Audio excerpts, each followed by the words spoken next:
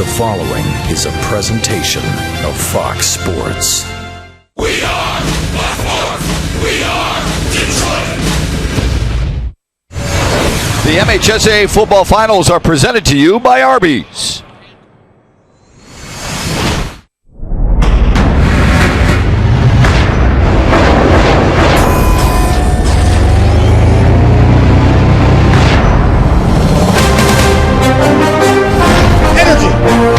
One game of high school football remains in the state of Michigan. It's a Division III title card bout between defending champion Orchard Lake St. Mary's and the Bulldogs of Chelsea.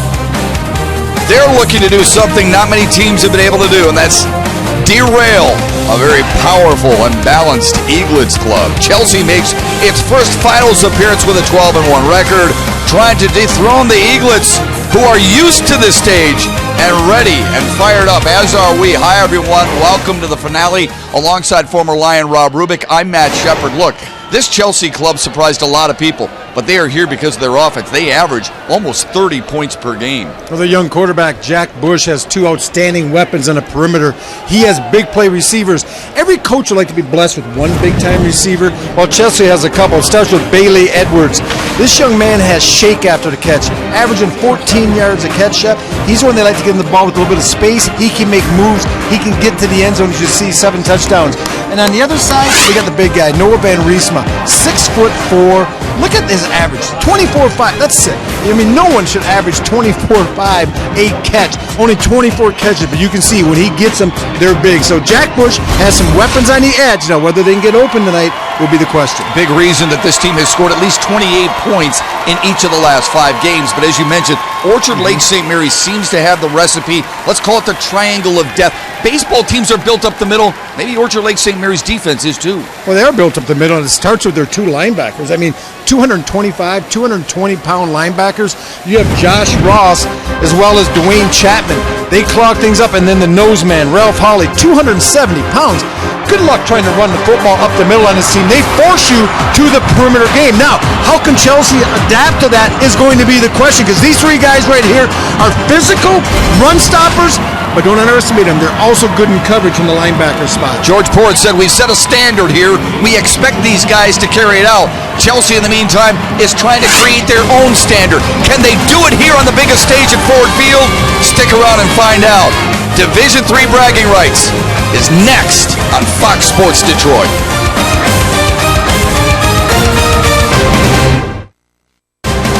The MHSAA football finals on Fox Sports Detroit are brought to you by the Michigan National Guard, proud to be the official armed services partner of the MHSAA, and by your local Toyota dealers. Visit buyatoyota.com. Toyota, let's go places.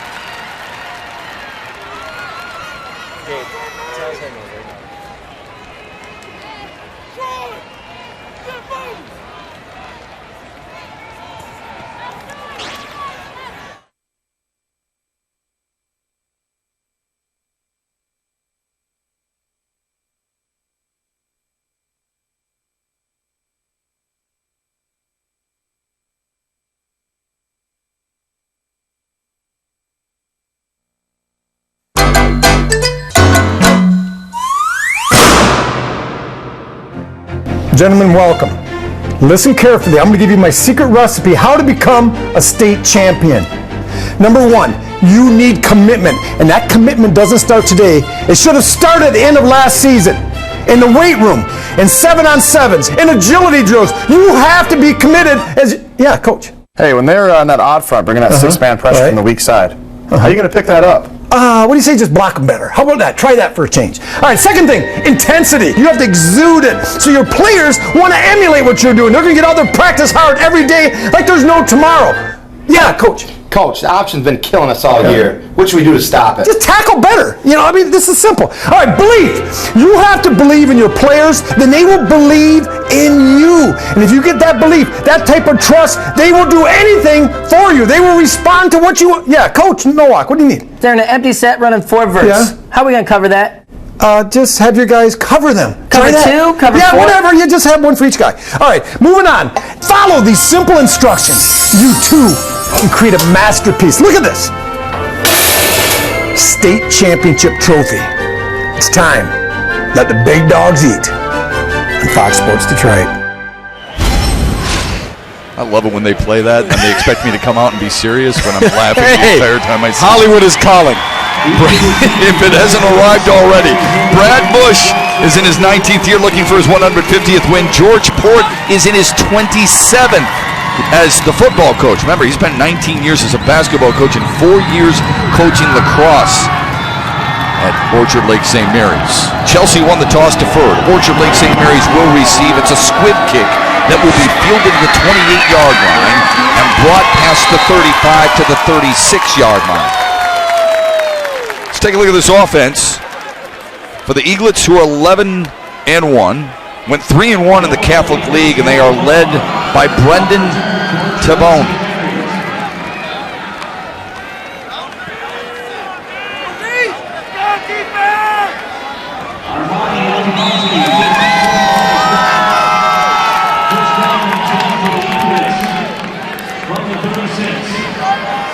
A little bit better than 1,000 yards through the air. Doesn't throw for a lot of touchdowns. This team has 48 rushing touchdowns. That's why. And they start on the ground with Justin Myrick. George Port on his starting quarterback and what we can expect to see and what he likes most about his senior signal caller. He's a leader, and I think he's got great toughness, but he makes great decisions on the football field. He doesn't. What I call, he's got a great game manager. He takes care of the game, takes care of the ball, and the guys play hard for him because he's a great guy. Had some good ones there at Orchard Lake St. Mary's. It's a 2nd down and 8. They'll keep it on the ground. Rashaan Allen past the 45, close to a first down. So we saw the signal caller up front. The offensive line is big and it's mobile, and it's led by the 2 guys on the right side. Scott Kowalski at the right guard, Cam Kolwich at the right tackle, who stands 6'5", 270 pounds for the co-captain. Kaylee Hamler and Griffin Sheeposh are threats downfield. It was enough for a first down for the Eaglets. A methodical offense on a pitch, looking for the edge, and tripped up. A nice defensive play. Otherwise, Ryan Johnson makes a big play out of it. Instead, Justice Staten came in and made the tackle from his cornerback spot. Well, nice job of getting pressure up the field by Staten. Just as you said, Shep, if he doesn't get a hand on Johnson there, that's going to be a huge play down the sideline. Look at the physicality. We're going to keep an eye on this. We'll set the lineup, Shep, but this offensive line comes off the ball flat back, and those running backs hit it 100 miles an hour. 2nd and 6. Up the gut, Myrick. 2nd carry, 2nd first down. Here's the Chelsea defense. Up front, their front 4, averages almost 6'2", 225 pounds. Ryan Stasiak has a couple of picks at the linebacker spot. Graham Curris has the same at the safety position. Bulldogs defense has allowed just 9 points per game this year and forced 22 turnovers. That will be big. And even Head coach Brad Bush admitted as much. We need to turn them over. We need to make sure that they're playing our kind of game. Well, you see early on, this is what Orchard Lake does. They just come out in the bone, double tight, and they're just going to run dive with the fullback. They're going to run power off tackle with two backs leading through. And every now and then they'll pull it, run a little play action. But George Porritt, he's not one into getting fancy out here with the new spread offenses. He just likes the idea of power. Now, he said, when I get a little bit wild, I'm going to flex out my tight ends, and I'll show two split ends, but they'll still be in the bone. Timeout, Chelsea. We talked about Chelsea's offense at the start of the show, but Orchard Lake St. Mary's offense is pretty darn good too. You could really have highlighted either one of the offenses or either one of the defenses, because as we talked about, Coach Bush's defense allows just 250 yards per game and only 9 points per contest. The road to the finals, Orchard Lake St. Mary's, a team that was able to beat East Grand Rapids by a touchdown, blew out St. John's just before that in the regional finals. The Bulldogs took care of Coldwater in decisive fashion, just like they did Allen Park the week before.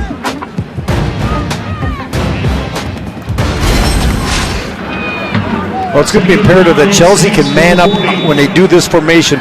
When they split the tight ends, they go two wideouts in the wishbone, because you need to have 7 people in the box to slow this wishbone attack down. Myrick past the 35 to the 34. Tackle made by Graham Curris, the 6', 165-pound senior. Myrick over 1,000 yards, 13 touchdowns. Those 13 rushing touchdowns, by far and away the leader for this Orchard Lake St. Mary's offense. Third and short for the Eaglets. What would you think would be 4-down territory anyway, unless a big loss. Out of the bone. To the up back for a first down. It's Troy Marks. Keeps the legs churning to get inside the 30. Good push by the offensive line and by Marks. I think if I had to call Orchard Lake's offense all the time, I'd be out of a job, because for an analyst, it's pretty simple. You can tell in the open what they do. They line up in a bone, and they just come at you. There's no pulling, there's no trapping, they rarely run a trap. They just run power offense. They coach your offensive line to come off the ball low and hard, and they have backs that just hit the hole 100 miles an hour.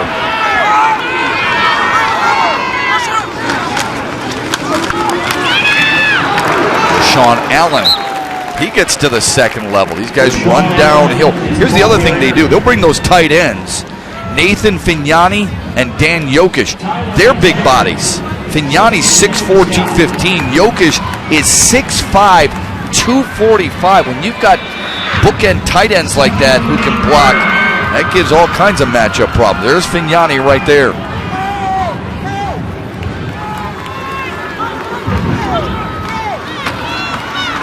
A fullback for a first down. Marks carrying tacklers. These are the types of drives, and it's just the first of the night, but these are the types of drives that really wear teams down by the time the fourth quarter rolls around.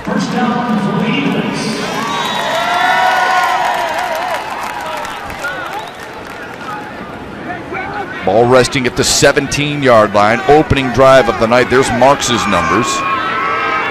10th play of the drive. A methodical drive by Orchard Lake St. Mary's. Allen with another positive play.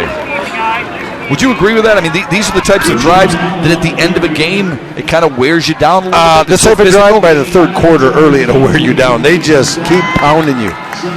Now, the good news for Chelsea is a 2-platoon. So all 11 defensive people do not play on offense, and that's such an advantage for a coaching staff. And I'm going to get to that a little bit later, what Brad Bush told me, their philosophy and their entire program, that 2 platoons.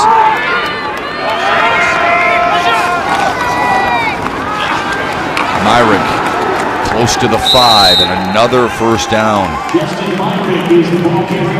That'll bring up first and goal. 5th first down of the drive. And they've already run 5 minutes off in this drive. There's a chance they're going to eat up half the first quarter in their opening drive, and this is what the Eaglets do. They're not a team that's going to score 50 points on you when you're a sound defense like Chelsea, but they just Pac-Man you to death.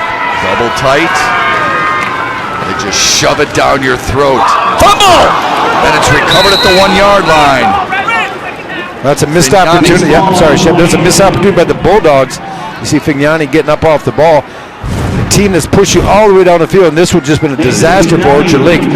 Good fill coming up from the secondary. That's just this extra effort by the running back Troy Marks that time, and his little extra effort almost cost the Eaglets. Well, what did we talk about earlier in the drive? Got to yeah, that's what I'm saying. Coach Brad Bush, he says, we make them drive the ball. Hopefully penalties or turnovers before they can go 10, 12 plays on you. Just like that, Myrick is in. 14th rushing touchdown of the year for Justin Myrick. Well, yeah, they will draw this up a little bit, Shep. We're going to pause at the beginning. Nothing fancy. You're going to just see offensive line right here. It's just going to be all power, and they're just going to give it to the first back coming off to the right, let it go. But they just come off the ball so well. Actually, the second back coming through, that's Justin Myrick. That's just physical offensive line play, and that's something that it seems easy to teach. They're forced to go for the 2 now in the back of the end zone. They get it. Well, that's a well-coached club. When you can have a busted play and Chase Ruckhaber has enough presence of mind when your holder yells fire, everyone goes into an offensive play, your ends go to the end zone, they find space, and Orchard Lake's able to get 2 points off it to get 8 on their opening drive. Andrew Malick found a little opening in the back of the end zone. He catches the 2 points after Justin Myrick followed the big fellas up front on a run-only drive to open Division III's championship on Fox Sports Detroit.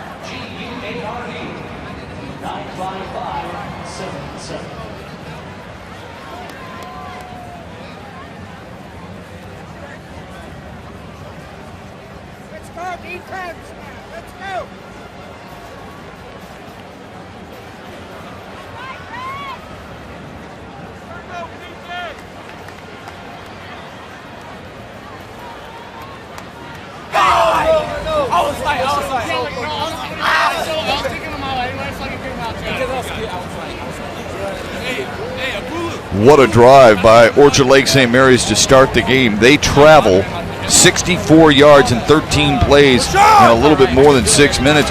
They all running plays. They averaged 5 yards per run. Well, Coach Poore realizes that football is a simple game in the essence. If you got offensive linemen that can come off, keep driving their legs, and you got running backs that are going to hit the hole 100 miles an hour, you're going to get 3, 4, 5 yards of play, and you get to move those chains. He's not into looking pretty. He's not into trying to score 50 points, spreading the ball all over the field. He's into wins. And what he's developed here at Orchard Lake St. Mary's is a very physical offensive mindset as well as a defensive mindset, which we're going to see here in a second. 15, John Kuczynski. Well, Chelsea is going to have to find an answer defensively, Rob. And in addition to that, they're going to have to find a way offensively to match what Orchard Lake St. Mary's does. Sometimes your offense can be the best defense, right? Absolutely.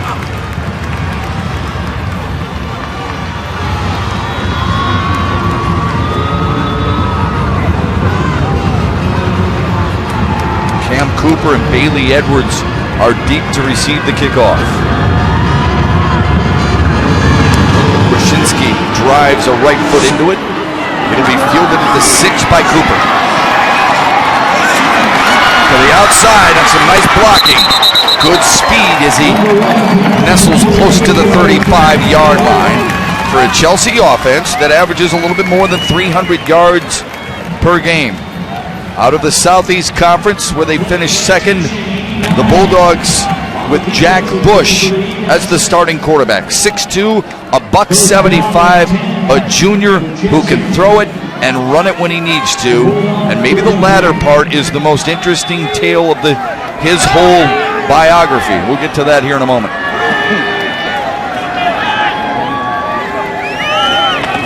They start on the ground. Tough sledding for Trey Seitz.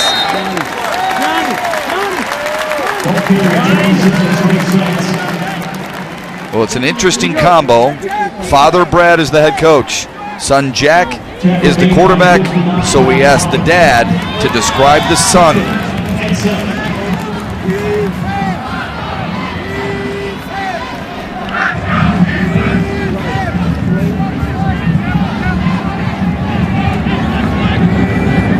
Trips to the right for Bush. He's got time, and it's picked off at the 45-yard line by Josh Ross. One of the guys you highlighted in our open, Rob Rubik, and a difference maker already. Well, Josh Ross is going to get the pick because the other guy we highlighted was Bailey Edwards. He's going to split wide to the right. They're trying to run a slant. But Ross is going to do a great job. We're going to pause it right up in the beginning, but you can see here he delivers the ball. He does a good job of getting it dropped from his linebacker position. We get a higher look. We're going to see exactly what Ross does as far as his drop. He cheats to the trip side. He gets a little bit more width. What a play by Ross. That is really athletic.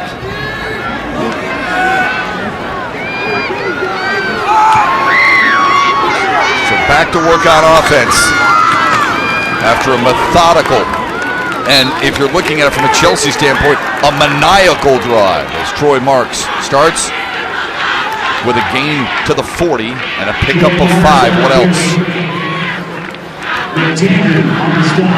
This is a helpless feeling sometimes as a coach when you know what they're going to do, but there's nothing you can do about it. Sometimes, even if you know the game plan, you're in their huddle, good people. Sometimes just you can't do anything about playing against really good teams, and this is what you're seeing right here. And again, pushing the pile backward. Justin Myrick is a physical back. He's 5'10", a $190. He's following a lot of beef up front, but he loves the contact. That's something that George Ford says. My backs they're not afraid to get hit and to hit back. Well, their offensive line is good size, with the exception of Scott Kowalski, not to be confused with Scott Kolakowski, former Orchard Lake, St. Mary's Eaglet, and Detroit Lions. But Scott Kowalski, only 5'10", 245, but outstanding offensive guard. They're going to slay it down the sideline for 6 more. Kaylee Hamler was wide open, and Brendan Tabone find him for a 34-yard hookup. Well, sometimes in the secondary you can get lulled in by what the offense is doing, and they've run every single play of the game. And we're going to look right out here. You got he's playing the inside technique, and you're just going to see a nice little job by Hamler pressing inside just a hair, and then he gets to the edge, and that's just speed. And that's just a bad matchup outside for Staten. He just can't run with someone like Hamler.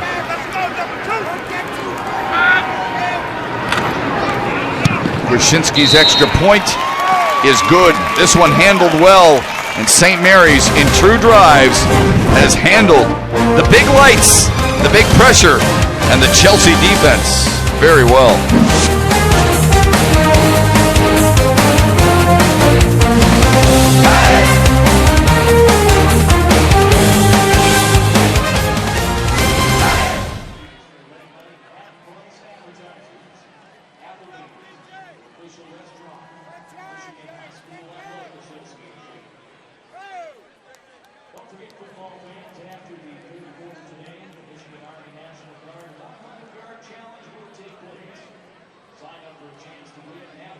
It's different. He really tries to separate dad and coach from when we're at the field and when we're at home.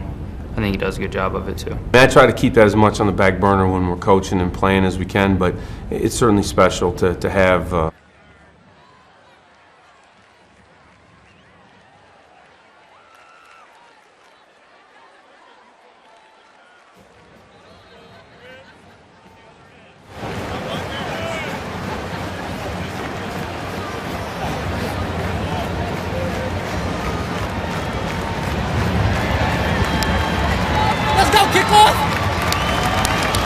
Kaylee Hamler, one of the deep threats for Orchard Lake St. Mary's. His 4th touchdown catch of the year. Quick work after the turnover. Ross with the pick, Hamler at the receiving end. It capped off a 3-play drive in less than a minute. 15 points in the last minute and 50 seconds for the Eaglets. Well, Coach Bush wants to run the football. Obviously, most coaches want to establish a run and then throw down the field. But that being said, you dig yourself a quick hole with 4 minutes to go. You're already down 14 against a team that you can already see you're going to have a tough time stopping defensively. So you may have to open it up a little bit and try to throw the ball down the field and not just throw the slant route, which got picked off on the last series. So here's Jack Bush trying to rebound from the interception. Unique, obviously, situation with Dad coaching the quarterback. It's not the first time, it won't be the last, but every situation is unique. Here's each other on how the other is affected during this type of situation. It's different. He really tries to separate Dad and coach from when we're at the field and when we're at home. I think he does a good job of it too. I try to keep that as much on the back burner when we're coaching and playing as we can, but it's certainly special to have your son on the team, and then to have the kind of season we've had where now we're playing for a championship is certainly special. What it would mean to win it too. There, Bush connected with Noah Van Riesma. Riesma averages a team best, as Rubes pointed out, 24.5 yards per catch. There's the numbers for Jack Bush on the season.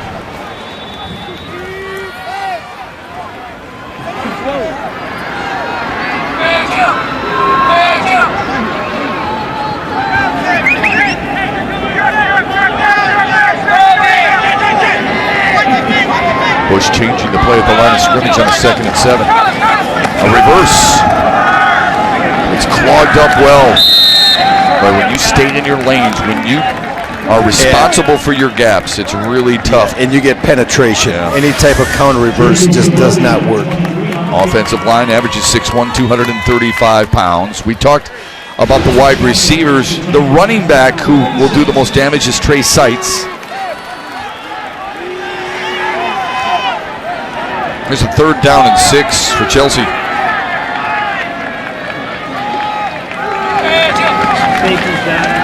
Five-step drop. All kinds of time. Slings it out. There's a lane. There's a 1st down and more for Seitz.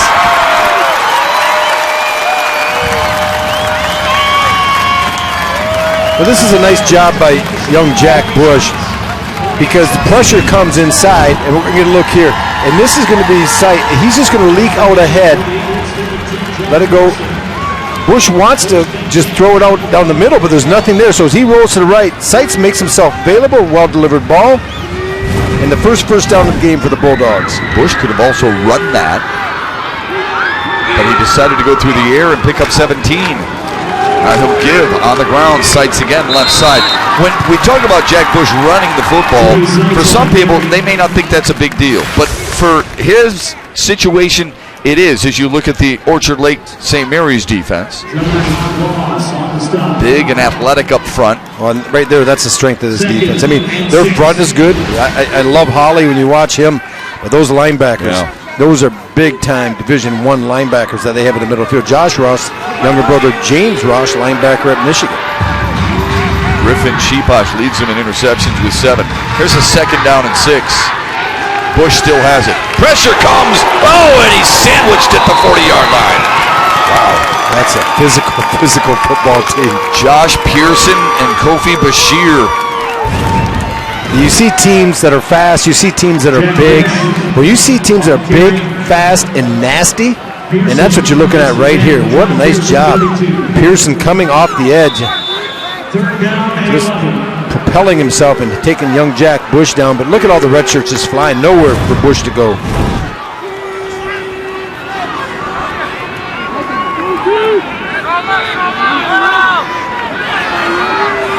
Third and 11.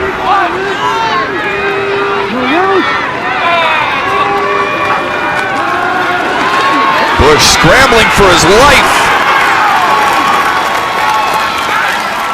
Really difficult. Patrick Henry with pressure up the middle. It's one thing on the edge, Rubes, as you've always said, but if you get it in his face, it's right. tough. And that's exactly right. Look, at just coming unblocked inside was Dwayne Chapman with great quickness and speed, and that makes Bush move initially to his left. Then you see Patrick Henry also getting in there. It's just a wave of red, and right now Brad Bush is just grasping for straws. And, you know, it's one of those things you tell coach, you can call whatever you want, but if you don't have players, if you don't have enough dudes, and the other team has more dudes, it can be a difficult task. Curris punts it away to Kaylee Hamler. Hamler, who had the touchdown moments ago, looking for a key block. He's got one. Swims his way to the 50-yard line and into Chelsea territory.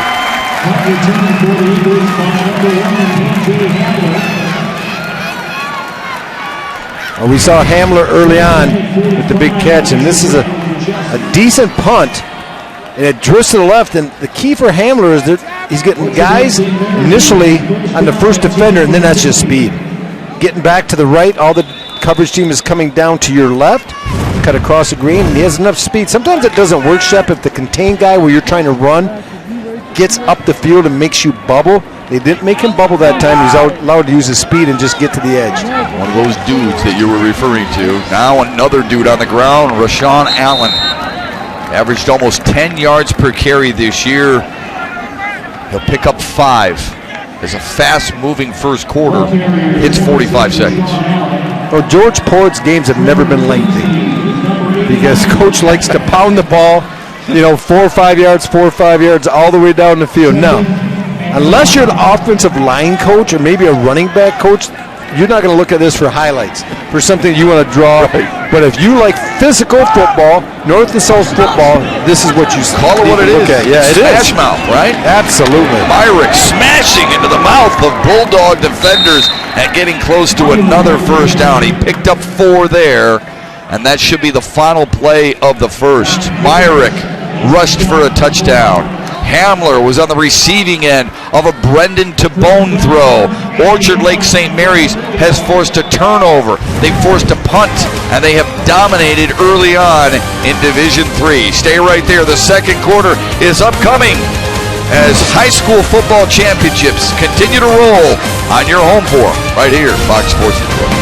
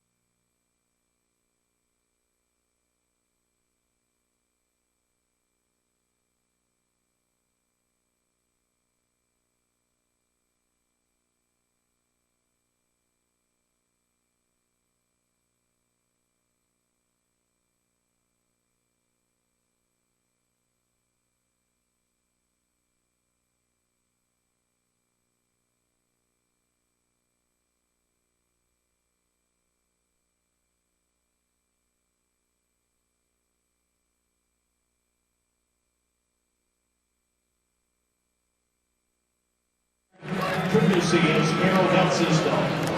Thank you, Tommy and Ethan. Thank you, Sparrow, for support of the Michigan High School Athletic Association. Where you go from care matters. Ready to start the second quarter. Orchard Lake St. Mary's dominated the first quarter and look to do the more here in the second. They have won titles under George Port in a few different divisions. Remember, way back in the day, it used to be Class A, B, C, and D. in the state of Michigan. Then it went A-double-A, B-double-B, and so on. They won double C in 1994, and then they won a couple of Division IV titles, and then a couple of Division III crowns as well. They were also runners-up, by the way, in 2001, 10, and 12. East Grand Rapids had their number for sure in just about every sport they played, but now Orchard Lake St. Mary's goes for win number 2 in a row. Troy Marks picks up yet another first down. And how about their play selection? Mr. Brada just gave me a slip. 18 runs, 1 pass. And the pass was complete for a touchdown. 34-yard TD. Now they have about 86 yards on 18 runs. And that's what we said. They go about 5 yards a carry. They just 5-6 yards, pound you down the field. So, Rubes, they've run 19 plays. They've got 8 first downs. There's a toss sweep. This is Ryan Johnson. He broke a tackle. There's the 9th first down for the Eaglets. Well, that's just not fair. You've got guys that can just bang inside between the tackles, and then you put in Ryan Johnson. Let me see. Let me get a really fast kid, and they're just going to run toss around this edge, and it's pretty simple. And they're going to lead with the running back, a nice kickout block, and that's just too much speed. People have to be watching this team and thinking, wait a minute, they're 11-1. Who the heck beat them? It was Warren De La Salle back in week 5. That amazes me. And it was 31-8. I mean, it wasn't even close. Another run and another spinning 5-yard pickup for Justin Myrick. But to the Eaglets' credit, they bounced back and then beat De La Salle at the last regular season game of the year for the Catholic Championship, 38-goose. Little revenge factor on that one. You never have all the details. You know, it can be weather, it can be injuries. Sometimes maybe they surprise you with the scheme. But I followed, we do the high school show, and Shep, you've done it with me on Friday nights, and we've seen a lot of highlights of this team during the year, and they are just so physical. Very athletic, no doubt about it. Allen. You can hear the pads popping. I mean, it literally sounds like a college football game.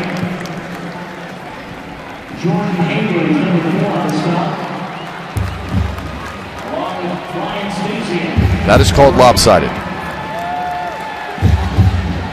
And those 107 now, I'm not sure their longest run, it may be 8 or 9. Maybe that one we just saw get to the edge on that last one by Ryan Johnson may be their longest run.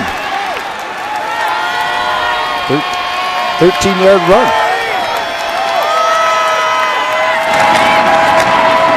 Timon just turns. There's a bounce out by Myrick, and look what happens. They actually got him for a loss. Tyler McTaggart and Ryan Stasiak on the tackle. And a nice job at the point of, this is the power play you're going to see. It's going to be right in here, but you're going to get some push into the backfield, and both backs are going to lead through, but a nice job by Chelsea at the point of attack, getting penetration.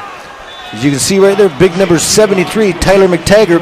He was voted the Defensive Lineman of the Year by the Ann Arbor News for the whole Ann Arbor area. So for Chelsea, flexing their muscles just a little bit. John Kwashinsky on for a 33-yard field goal attempt between the hashes.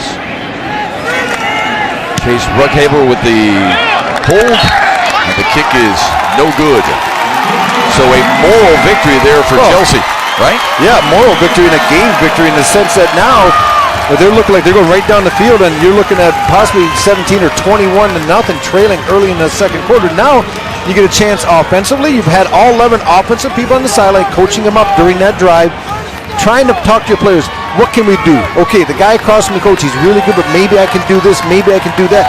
You try to find a scheme that will work and give you a little bit of time, a little bit of space to create something. Is that why it's important for them to go with the 2 deep? 11 starters on offense, 11 starters on defense. That is definitely one of the benefits, Shep. I do want to talk about, when I get time, we might have it right here. Coach Bush's philosophy is they make two platoon through their whole program. They feel they keep many more kids in the program, so kids that you might lose that may develop later on, you get a chance because you're playing 22 at the freshman, the junior varsity. You're playing 66 different kids. Kids want to play, and you get an opportunity to do just that. If you're not playing 2 ways, guys get an opportunity to contribute right away.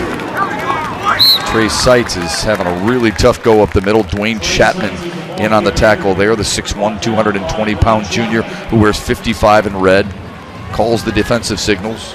You want to see how a linebacker should feel Dwayne Chapman, he just does a really nice job. And we may get a chance. We got Chelsea kind of hurrying up here a little bit. We, Noah Van Riesma and Bailey Edwards haven't been heard from, but the reason is just too much pressure by that front. Trips to the right for Jack Bush in a throwing situation. He'll look to the short side of the field. Sights. Yeah, we're going to get a look here. Tight shot. We're going to see Dwayne Chapman, number 55. Watch him come and fill right into your screen right now. Just beat the block. This is right here. He beats the block, fills head up, and that is textbook linebacker play. Read the guards and scrape to the ball. Keep your play side shoulder free. And finish the tackle. Max Mason thought he had inside positioning. All he needed to do was take that left foot and turn him a little bit, but easier said than done with an athlete like Dwayne Chapman, who shows blitz. Chapman walking up closer in that box. Here he comes. And down goes Bush. He unloaded it for a first down. Oh, what a move by Jacob Grubb. That's a nice job by Bush finding Grove down the middle of the field, and he's getting hit as he delivers the ball. That just shows you the lack of time the young quarterback has, and you're going to look right here. All they're going to do is Grove's just going to release to the middle of the field, let it go. But look at the pressure you're going to see. That is an unbelievable football play by a young quarterback. How did he get rid of that? In distress and hoping he lives to play another down. 12th catch of the year for Grove. Here's a reverse and a throw, and a man's wide open. Got it! Inside the 10. Touchdown, Noah Van Riesma. What a play!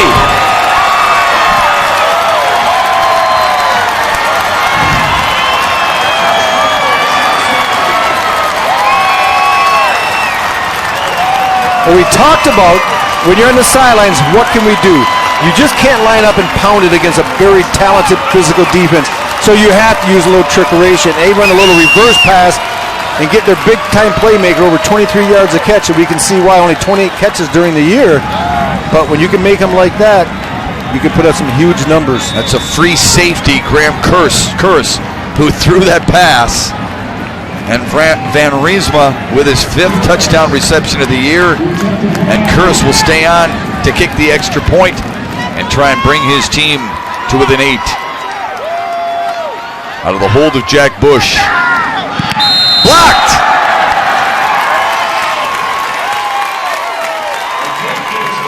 Ralph Holly got a big paw up there and knocked it down. But Chelsea proves they can move the ball. Nice scoring drive and a little trickery on a Saturday night to keep them alive. They trail 15-6 on Fox Sports Detroit.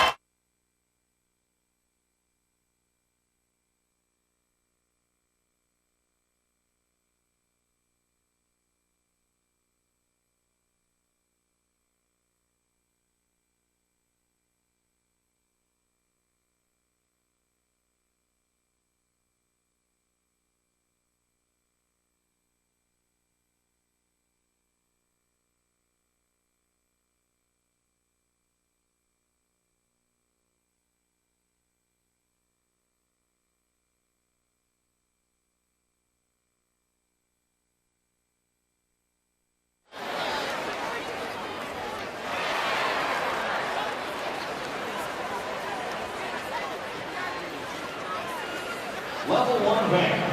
Our passion is helping to power yours. Visit level1bank.com to see what they're all about. Right now, the cheerleaders are tossing those nifty Level 1 t-shirts into the... And we come back to Ford Field where Chelsea just puts a dent in this Orchard Lake defense with a long touchdown pass. I'm going to see right here. They're going to bring motion, and then they're going to fake it going wide to Sights, and then they're going to pitch it, let it go, coming back. Pause it right here. Now this is Curris. Now this is the guy who's ultimately going to catch the ball, and that's Van Riesma. He comes all the way down the field. Let it run.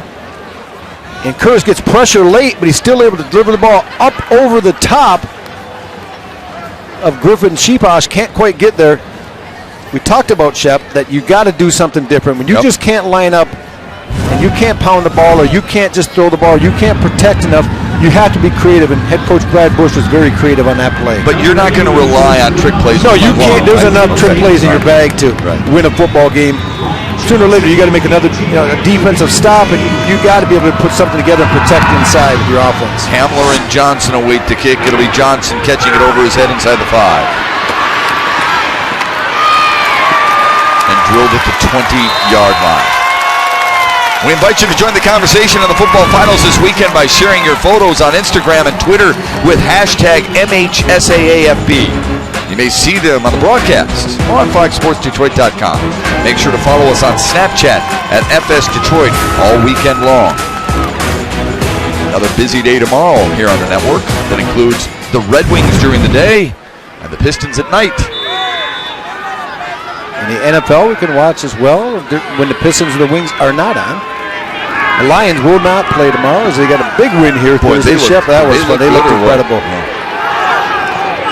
First and 10 on the ground. Allen. Rashaan Allen's going nowhere. Last couple of runs by Orchard Lake St. Mary's have been stuffed at the line of scrimmage. Well, Chelsea's figured it out up front, and the strength of this Chelsea defense, with no question, lies up front with Darren Downer, Quinn Kelly, Tyler McTaggart, especially 73 is a player, and Trevor Kingsley. They were getting handled a little bit in the first few drives. Let's see if they can stay up, stay on, not get pushed off the ball, and allow Murphy and Stazak, the two linebackers, to come and clean up. Second and long. Ideally, Chelsea would like to put Orchard Lake St. Mary's in a throwing situation. They will throw here. Pressure comes. Down he goes. Fumble. And Chelsea's got it. Whoa. They're going to say he's in the act of throwing the football there? And then it's got to be intentional grounding if he is. Jordan Haber knocked it loose. Darwin Downer recovered it. This is... Well, if you're going to say he's throwing it, you're going to see pressure come inside. They're going to bring a linebacker. No way. That's a fumble. Yeah. That is clearly a fumble.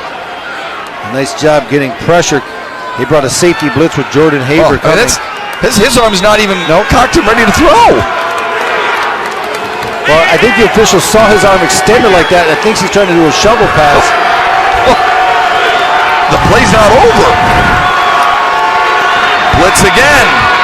Curl route caught. First down. That's why. Right there. A pickup of 16. Wow. That's a huge turn of events.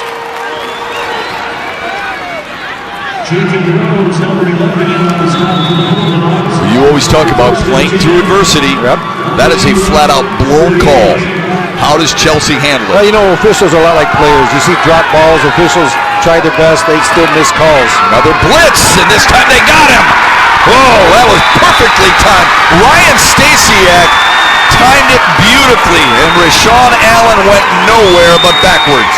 Well, and I like the concept defensively. You're rolling the dice a little bit, but you're going to start bringing linebackers. Don't allow them to push your line and create a bubble at the point of attack. Bring people into the gap. Well, that works fine until they attack the edge, because you're selling out with your linebackers inside. And, you know, the bread and butter plays that Orchard Lake St. Mary's likes to run, definitely like the power, the counter dive inside. So Chelsea's saying, if we just sit back and just try to play this in an even look and play it vanilla, we're going to get pushed off the ball. So I like Brad Bush's making adjustments. What you're saying is you got to mix it up a little bit, right? If you're Chelsea, mix it up. Know when to blitz. You got to pick your poison. Second and long, they're going to blitz again. It's going to be unloaded, and it's going to be incomplete.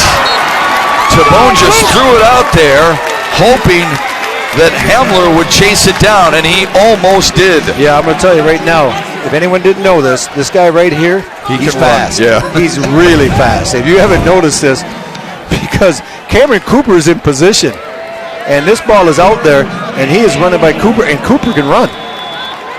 This young man has got some scoots. Remember Allen Robinson, who played at Orchard Yeah, he was Lake good, wasn't he? Did he do okay at Penn State? I think he went on to the Penn State, and I think he was he a second-round draft pick? Yeah, and I think he's tearing up the NFL right now. Good player. Remember, we had a chance to watch him in the Eastern travel to Penn State one year, and you're like, wow, how did he get out of the state? He made Christian Hackenberg look a lot better. The third down situation. They're 3 for 4 on third downs. They're going to run for it. Troy Marks isn't going to get it. Isn't football a strange game? You know, we watched that first quarter, and between quarters we were talking, thinking, this Chelsea team, they're in a world of hurt. Because they're getting pushed off the ball, they're getting handled up front on both sides of the football. In one play, all of a sudden you get confidence. You run we talk about you don't have enough trick plays. Well, what that trick play can do is create some confidence and let you know that you're in the game. Well, it's not just that. It's a game of adjustments, and Chelsea's made some really good adjustments. Cooper to receive the punt. It's a spiral. He'll catch and fumble, and then hop on it at the 15-yard line. That was poisonous, but he got away with it. 5:37 left in the half. It's 15-6, defending champions.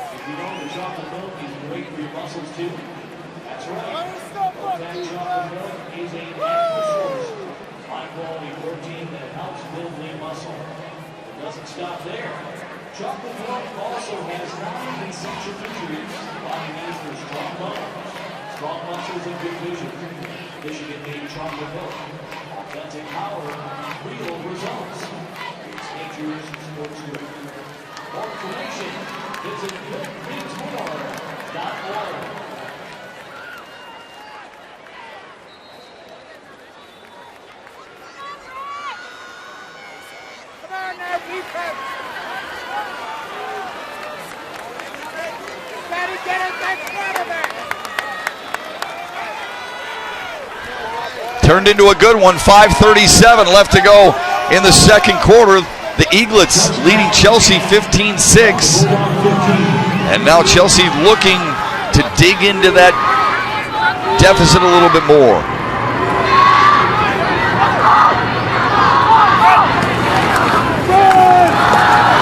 Sights. John Pearson in on the tackle. Minimal gain. Chelsea trying to dig into that stat sheet a little bit. The first quarter was so lopsided. When you look at the numbers between the two offenses, Bulldogs are getting there thanks to a hefty dose here in the second.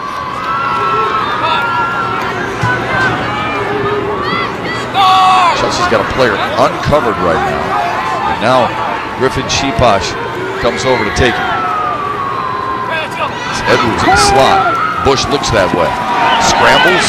Still rolling. Across the middle. Caught by Seats for a first down. Trey Seats.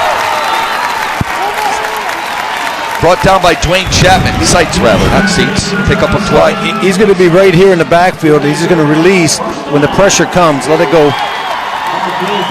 Right up the middle. A nice job by Bush looking back, knowing where your receivers are. And that's the most important thing as a quarterback. Obviously, you want to make a throw, but having a feel where the routes develop and know where your check down is. That's good poise on the part of Bush. Looks like it's illegal motion against Jay Packard, the right tackle. Remains first down. Offensive line for Chelsea starting to settle in a little bit with Chris Childress, Blake Barber, Colin Steinhauer, Max Mason, and Jay Packard. Well, I want to see Chelsea get the ball in the hands of Bailey Edwards somehow, because he's the guy that can make something happen after the catch. Whereas number 16 in white leads him in receptions, yards, and receiving touchdowns. It's the son of our broadcast partner, did a lot of these games over here, Stanley Edwards.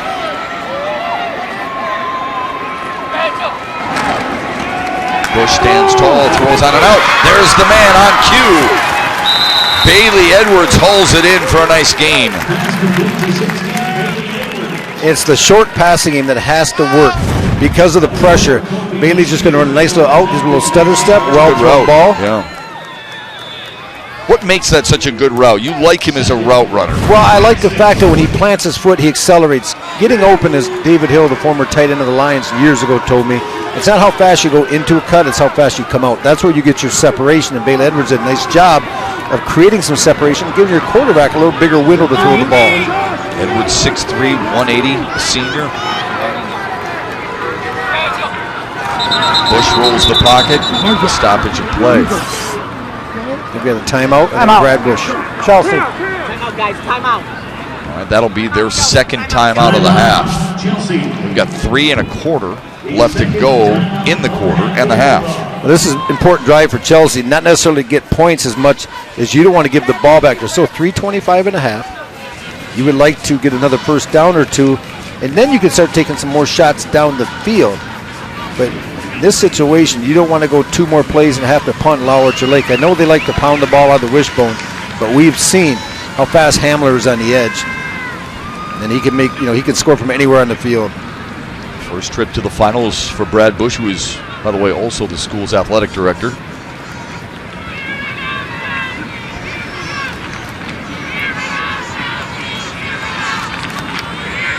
And Orchard Lake St. Mary's 13 times to the state championship game. And they've done it frequently over the last half dozen years. Beautiful campus there. Although mixed reviews on the red field. Not a fan. I can't watch football. I like gray, what Eastern has at the factory in Ypsilanti. And I'm not a big fan of red or blue. 2nd and 6. 37 is a play call. We hear Brad Bush calling it into his son Jack.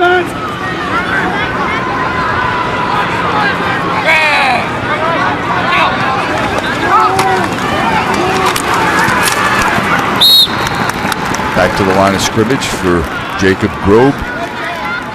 John Pearson, another tackle. Got like 32 in red. He's been everywhere. They move him around. He'll play off the edge. He'll drop back in pass coverage. He does a lot of things well, and he's only a junior. He's got that body you like, too, kind of angular. Yep. He's going to put weight on, but very athletic, as you said. 6'4", 210. You put some dorm food in that body and hit the weight room like he does. There's pressure. Unloads. Oh, great read. I mean, a fabulous read on the part of Josh Ross. They tried to get it into the hands of their playmaker, Bailey Edwards. They did, but Ross read it the entire way. That's going to be an incomplete pass, which is also going to stop the clock. They're trying to run a little slip screen here, but it's well read, and Ross comes up quickly on it before the lineman can get him. Your lineman on a slip screen, as the receiver comes back towards the line, your linemen are going out to block the traffic that's chasing him. Well, that time Josh Ross was able to slip underneath it and make the play. I don't know where I'm going to punt this ball, but I know where I'm not going to punt it, so number 1 can catch it. This is where the rugby style really helps you, if you're indeed that. Graham Curris is not, but he will angle it away and kick it out of bounds. Orchard Lake St. Mary's does have 3 timeouts remaining. MHSAA.TV will have live streaming coverage of the post-game press conference from this contest. Plus, you'll find highlights and an archive of all this weekend's championship games. Get bonus coverage of the football finals at MHSAA.TV. I appreciate Matt Shepard allowing me to get a reading. I'm practicing. You're doing a great job. I'm a school teacher. We teach reading across the curriculum, so I've been practicing. Just as good at ad-libbing. All you got to do is look at the open. Orchard Lake St. Mary's, first time we've seen this. They're going to spread them out. They're going to dig them up the middle. Troy Marks breaking free into Chelsea territory at the 40-yard line. Jordan Haber presented an even bigger game. Well, this time they get caught. We're going to take a look. Number 8, Ryan Stazak. He's going to come here, stop it. You see, he runs right by, and right where he departs, they're able to get the ball. And that's just tough. We talk about rolling the dice defensively. When you just can't line up and play it vanilla, Troy Marks is able to hit that seam and get down the field because you have one less linebacker there to make the play because you're blitzing him to the weak side. Stasiak's been very aggressive. Sometimes it's paid off. That time it didn't. They gained 24. On a rollout, Tabone has time, throws, almost intercepted. Good read by Graham Curris, and a better break on the football. Chelsea doing a better job in the secondary than we saw early on. Guys running free. Look at Curris. We saw him make the nice throw on the touchdown pass, and if he could have hung on to that ball, I think he got his toe down. He might have gotten 2 toes down. But he just couldn't. What can he do, Matt? Finish the process. Yeah. Which that one's every time I hear that, I want to vomit. Yeah, that one's a little bit more obvious than Calvin Johnson, Des Bryant, and some of the others. Kelvin actually had the ball taken to his car, and he dropped it on the way, and they called it incomplete. 2:12 to go in the half. Up the gut again. Marks gets close to the 30. And a timeout, Orchard Lake St. Mary's. This is why you preserve those TOs right here. Perfect time to take one with 2:06. George Port will talk it over with his club. 245 wins for that gentleman along a football sideline. Well, if I'm George Port in the offense of Orchard Lake right now, I'm going to run something to the edge. Because I got a feeling Chelsea, they had success on the previous short yard plays for Orchard Lake of bringing their linebackers. So if they're going to do that, what you want to do offensively is just get outside where that doesn't come into play. It's not a factor. You want to bring 7 people inside into all the gaps, that's fine. Then you want to attack the edge. George Port and his club trying to do what they did last season. It was a defensive battle. Only 1 touchdown scored in the game. Orchard Lake St. Mary's held it off Muskegon in a 7-0 final. If you tell me anyone would shut out the Big Reds from Muskegon, I would call you a liar. But that Orchard Lake defense last year was outstanding, and I think this one we're seeing tonight mirrors it. The touchdown carried by Brandon Adams in that game. It capped off a 9-play, 34-yard drive. That's it. That's all they needed. Who cares how you get it as long as you get it, right? Yep. 3rd and 3. Bread and butter. Myrick, first down. Yeah, you know, Shep, this is what I talked about. You can see Chelsea. We're going to pause this. We're going to get a nice look here. They're going to bring people inside. They're going to try to get penetration all the way along the front. So all they're going to do is take the ball and run it outside to the edge a little bit. A nice job. Get away from where the pressure is. Let your running backs do what they do. And Justin Myrick did a nice job. Rashaan Allen. Another gain of 4 or 5. Isn't this funny? No panic in this offensive set. Now I think they might be bringing in a different look. You see the 2 big tight ends come out of the game. 2nd down and 5 with 1:30 and counting. You see a spread set. But you're Chelsea. You still better play that inside honest. 4 wide receiver set. Tabone on a 3-step drop. Spins it on a curl route for a first down to Hamler. That was like taking candy from a baby because you have to respect the speed of Hamler. So if you're Cooper outside and you even if you're playing 3rd or quarter deep, you have to backpedal. And it's not going to be in our screen, but let it go. They're going to throw it, and you can see the cushion that Cooper, because of the respect he has for Hamler's speed, because he has seen it firsthand a few times here. Chelsea's going to bring more pressure. And Orchard Lake St. Mary's wants a timeout. That's the 2nd of 3 for them, with 1:02 remaining here in the half. If you're Brad Bush, head coach of Chelsea right now, this is like getting a root canal. They're just, going 3-4 yards, 5 yards, short passes. Just very outstanding execution on the part of the Eaglets offensively. They've had some success against their running attack, but overall, Orchard Lake St. Mary's is doing what they do so very well. Very methodical, and it's put them on the doorstep yet again. This is the final game of the weekend, the final game of the day. Earlier today, Ishpeming marched to their 3rd title in the last 4 years by coming from 16 points down to score 22 in a row. And Ozzie Corp, the quarterback of Ishpeming, had about 30 carries. He will sleep well tonight. What a great performance in the Division I. Romeo and Castech and Romeo. What a chance to celebrate. That whole town seemed like they were here. Yeah, and they're good all for Bulldogs. All behind him. The dog pound was happy. All those kids that came and supported, and Brad Tanner great performance in the West Catholic and River Rouge end up being a really competitive game. A third straight title for the Falcons. Here's a 2nd down and 7. Tabone wants to throw. He slipped and now he'll roll. Looks like he's going to run. Instead throws and it is picked off.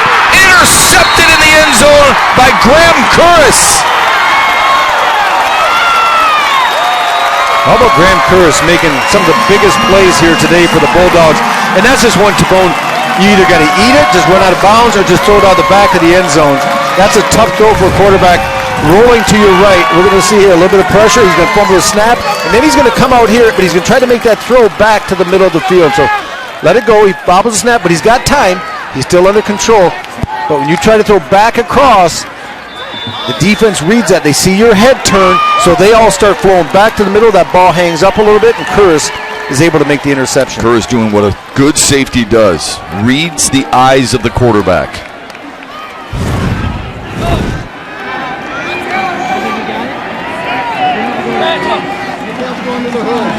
Bush got to the outside and paid for it. They'll keep the clock running. And if you're Chelsea, you might just want to say, that's enough for us, right?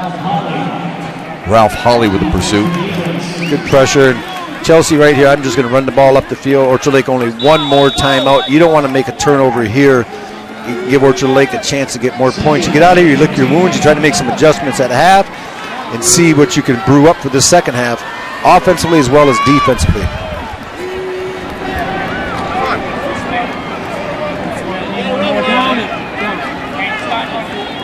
I'm sure they'll have to run another play. Remember, Chelsea gets the football to start the second half. And that'll do it.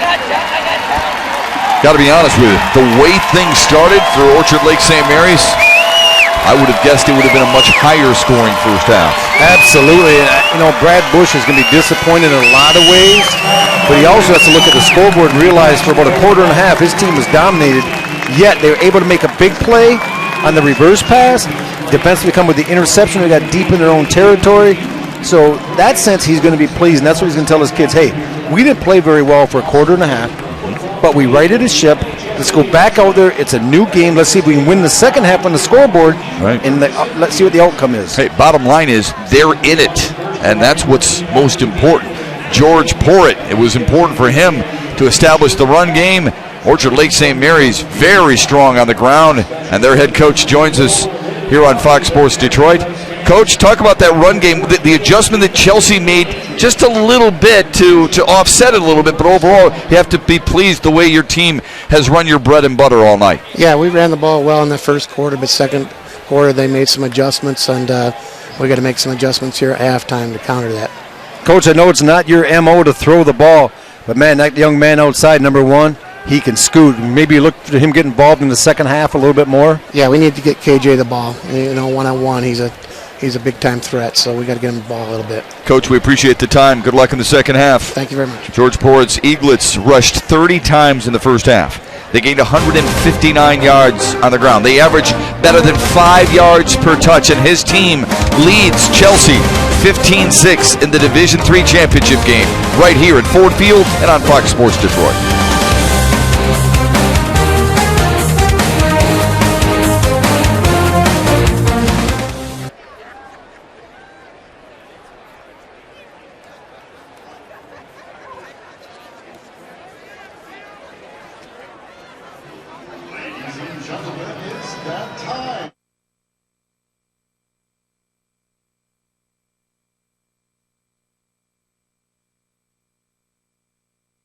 Difficult enough for established programs, but for Detroit Cesar Chavez Academy, it's even. Football is difficult enough for established programs.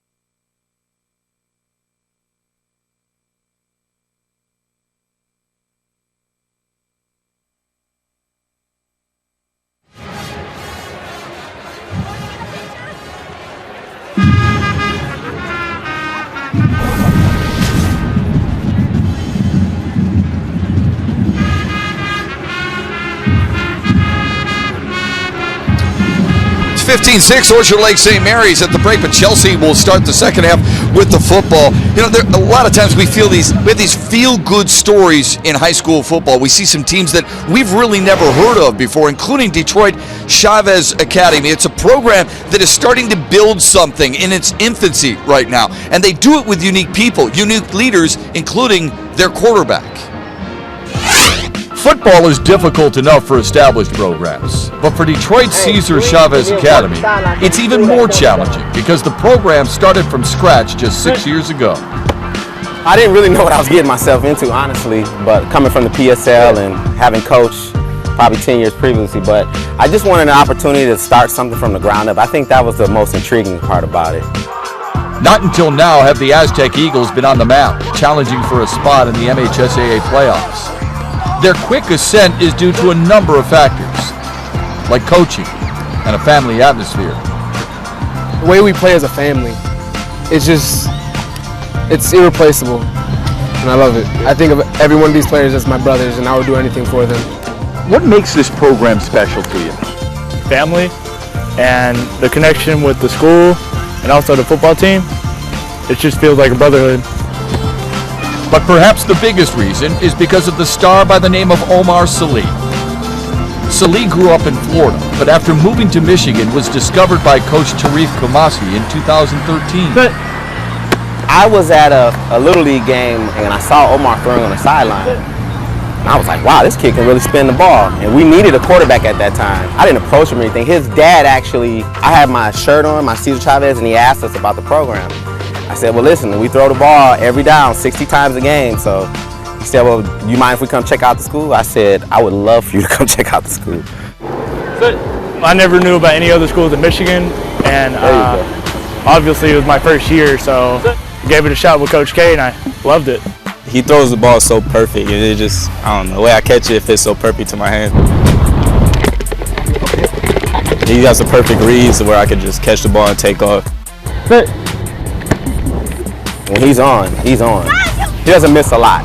You know, he's not gonna throw a ball 5 yards behind a guy or 5 yards ahead of a guy. I mean, he's gonna put the ball where it needs to be with timing. Salih threw for over 3,200 yards and 24 touchdowns as a sophomore at Cesar Chavez, but then transferred to Detroit Cody. That experiment lasted just one season. Now he's back where he belongs. The difference between Chavez and Cody, it wasn't a brotherhood. Hey, great job, Lion. Good job, Chris. Salih is more than just a quarterback, though. He's a leader, and he takes that role seriously. Good job out there. Good job. He's the only person in the program to this day, from the start of training camp in summertime to now, that has not missed a practice, a weight lift. So he's leading by example.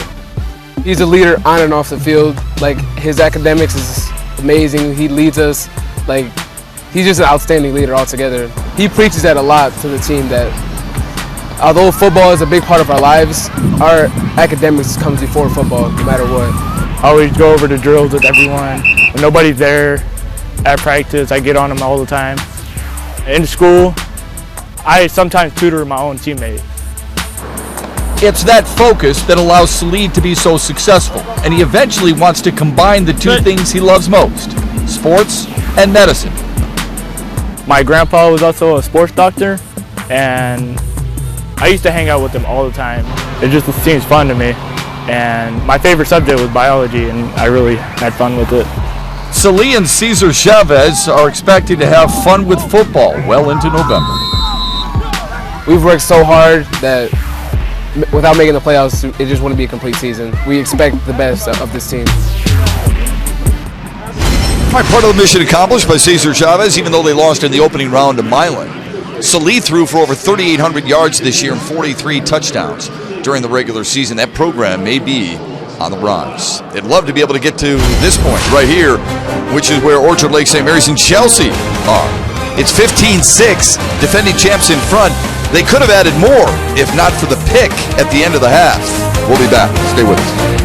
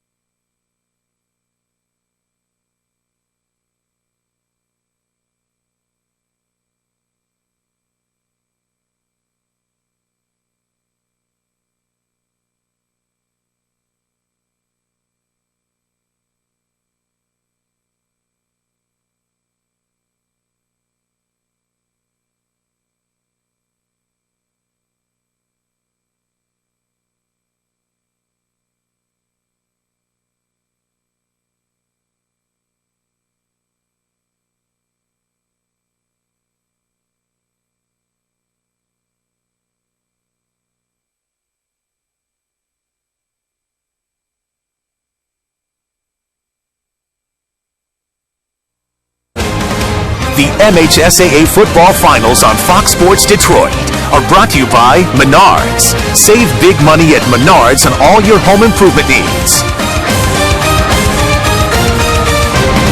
30 rushes, 159 yards for Orchard Lake St. Mary's, but this touchdown pass through the air to Kaylee Hamler is the difference in a 15-6 halftime lead.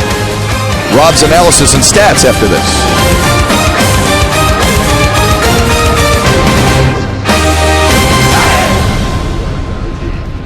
Featuring trumpet soloist Cindy Hodel, Kelly Bertone.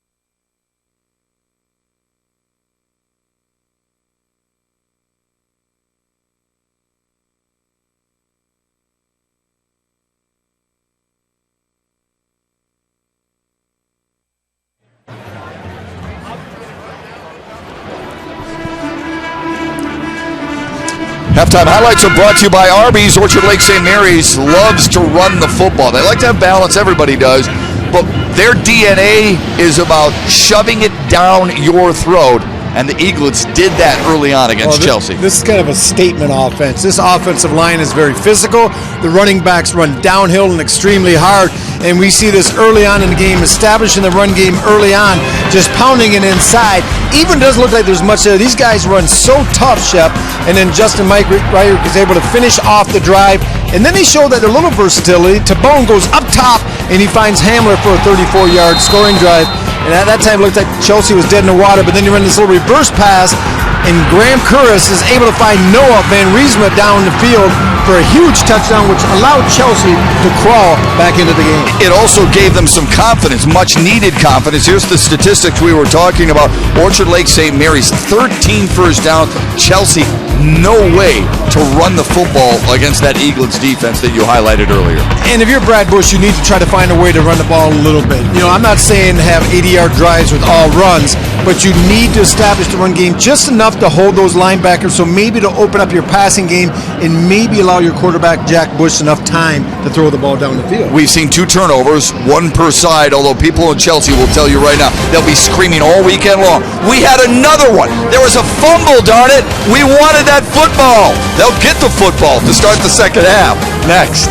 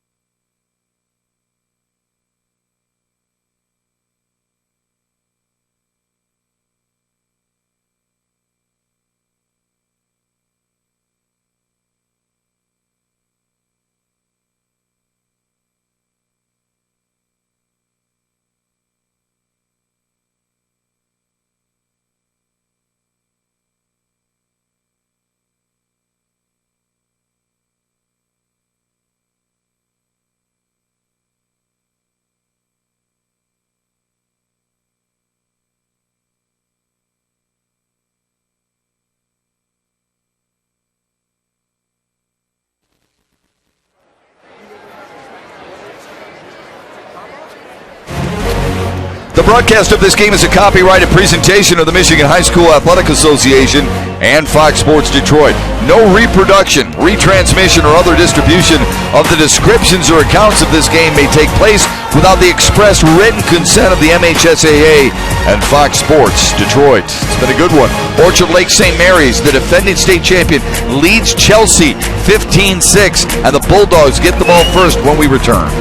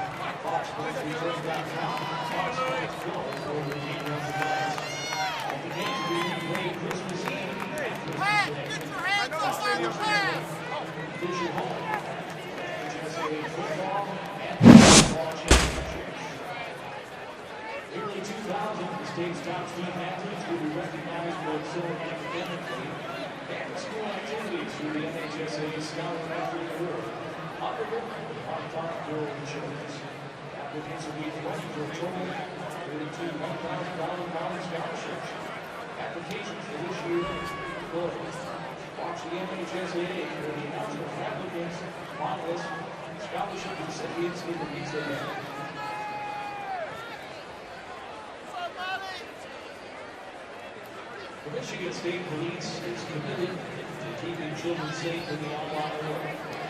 Please join us. We let the we knew that we could play better, and it was just we let the media and everything outside get to us and get to our heads and stuff. So it was just that we just can't take anybody lightly. We had a team meeting pretty much every day, watched film every day, ran hard, practiced hard, came out against Rice, got a big win. Then we came back against De La Salle, knew it wasn't going to be an easy game, and we had to fight for it, and we got it done.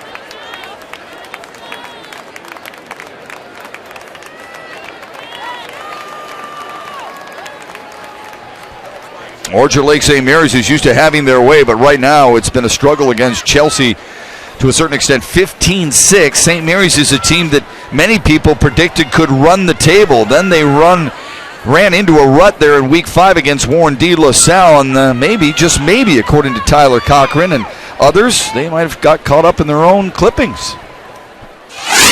We knew that we could play better, and it was just we let the media and everything outside get to us and get to our heads and stuff. So it's just that we just can't take anybody lightly. We had a team meeting pretty much every day, watched film every day, ran hard, practiced hard, came out against Rice, got a big win.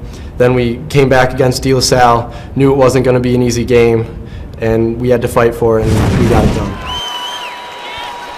And now they'll have to stop Chelsea to start this second half.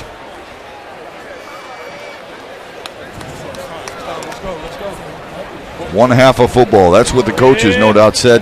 Don't you think, Rod, in that locker room? Folks, guys, we got 24 minutes. Give me everything you got for 24 minutes. Then you can look yourself in the mirror and say, you know what? I did what I had to do. Win or lose, it was everything I gave. Oh, the beauty is football is two halves. And if you lose the first half on the scoreboard, which is 15-6 for the Chelsea Bulldogs trailing, you have another half to try to redeem yourself and win this game. And they're in this game.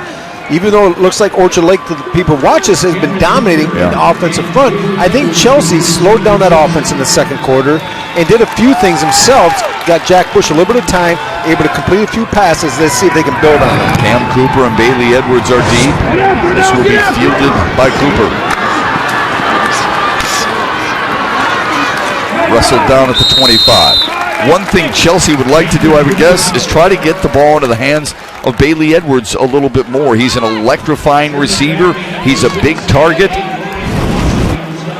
Here's what Chelsea's done in the first half. The pick right away.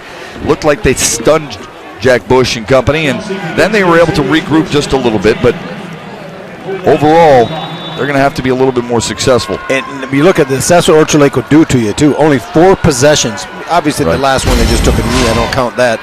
So you better value your possessions and be efficient offensively. It's a great point, because time whittles away quickly because of Orchard Lake St. Mary's offensive style. Got some space up here. I don't think they come up running the ball, but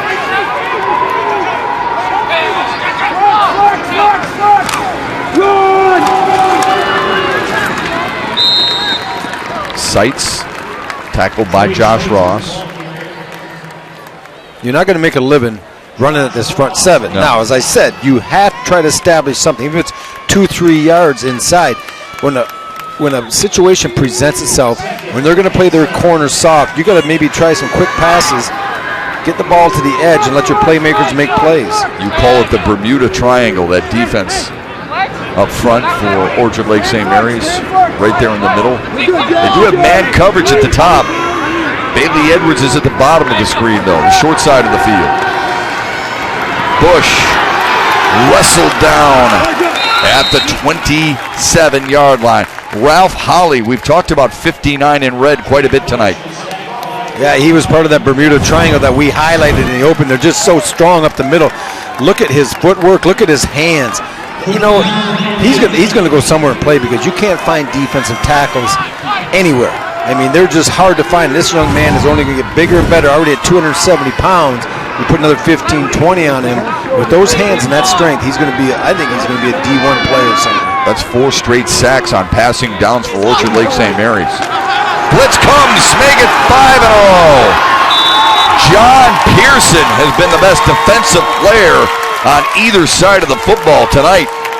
Well, Pearson's just going to come from the edge, and he comes untouched. Those are the sacks that you dream about as a defensive lineman. It's tough enough when you have to work for it, and he's just going to come out on the edge, and they're engaged here, and no one picks him up. Let's let it run. See, what happens is sights releases, and if you're Jack Bush and you know that your back is out free, and you see that end guy come, you're unprotected. You got to just dump it right as quickly as you can. Or change the coverage before it even takes place, right? Off the side of the foot of Graham Curris. And a tough start gets worse for Chelsea. It's going to be about maybe a 10, 11-yard punt only. Now what you're hoping for, you're Brad Bush, you're going to halftime, you give them a little fire and brimstone, get them pumped up, come out here and make something happen offensively. Right. Instead, you go 3 and out with some sacks, and now you're forced to punt the ball, and you get an 11-yard punt, and Orchard Lake is in business on your 29-yard line. Brendan Tabone trying to reestablish a rhythm at quarterback after throwing the pick late in the first half. The wishbone behind him. He goes to the up back, Troy Marks. Here's the first half possessions for the defending champs. Started out great. Yeah, look at 110 yards in their first 2 drives. Had a chance to extend the lead, but the missed field goal. And about 100, close to 110 their last 3, but with the interception and the missed field goal, and the interception was in the red zone, left some points out there. Gain of 1. Quick throw. There's getting it into the hands of your ball handler and playmaker, Kaylee Hamler. That's what George Poor told us at half. We've got to get the ball into the hands of a guy like Kaylee Hamler more. Well, KJ Hamler, he has that shake, he has that elusiveness that you like to see on the edge, and that's a tough man cover. And then once he catches the ball in the quick passing game, you have to be able to come up under control and make the play, because he will make you miss.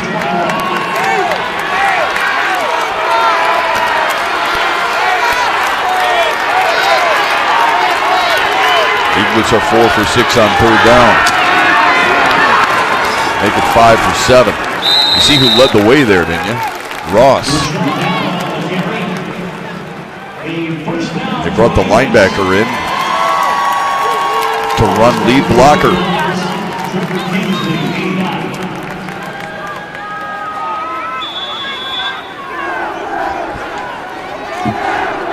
First down and 10. We go down to 17. Now they'll spread them out. Rashaan Allen, the lone tailback. Takes the inside give. Works his way close to the 15. Allen is the ball carrier. Tyler McTaggart on his stop. If you go into school of choice and you're a receiver, I don't think hard and long about going to Orchard Lake St. Mary. If you're a running back or lineman, sign me up, coach. But they just physically wear you down inside. They run back after back. Now they're showing a spread set. They ran it last time, so maybe they're trying to set something up. Bubble to Hamlin. Nader man miss. Touchdown. Pretty. Wow. That is a quick and fast athlete. There was not a huge seam there, Shep. There was not much there. But Hamler catches the ball, and he just does the rest on his own. This play was designed to get him the ball quickly. You can see Chelsea. He splits 3 defenders. I mean, I thought they had him dead to rights. It's going to be maybe a 4 or 5 yard gain. But with his type of quickness, one shake, back to the inside, very explosive. And he made Jordan Haber literally slide 2 yards before he cut it inside. A 16-yard throw and catch, and it was more the latter than the former from Hamler. His second touchdown of the night, and he is one nearly impossible wide receiver to match up with. It's 22-6, Eaglets. 7.5 left in the third. Stay with us.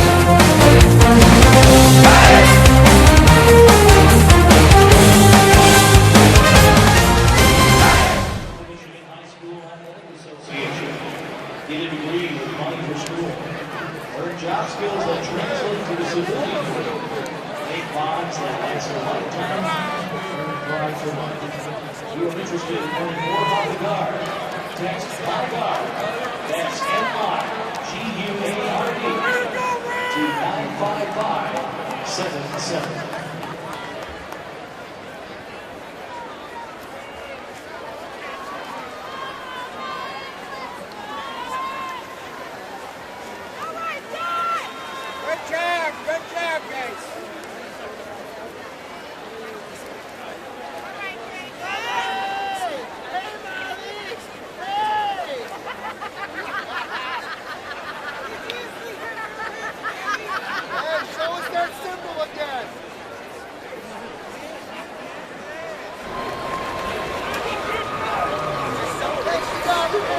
Back at Ford Field, the Eaglets have just extended their lead to 22-6, and we're going to take a look at what happened on that last touchdown. There's a young man that got it, KJ Hamler, and this is just a matchup nightmare. He's going to be right here, and that's number 4. That's Jordan Haber. And watch this. He catches Haber, comes up, good position. Whoops. There I am. There I'm not.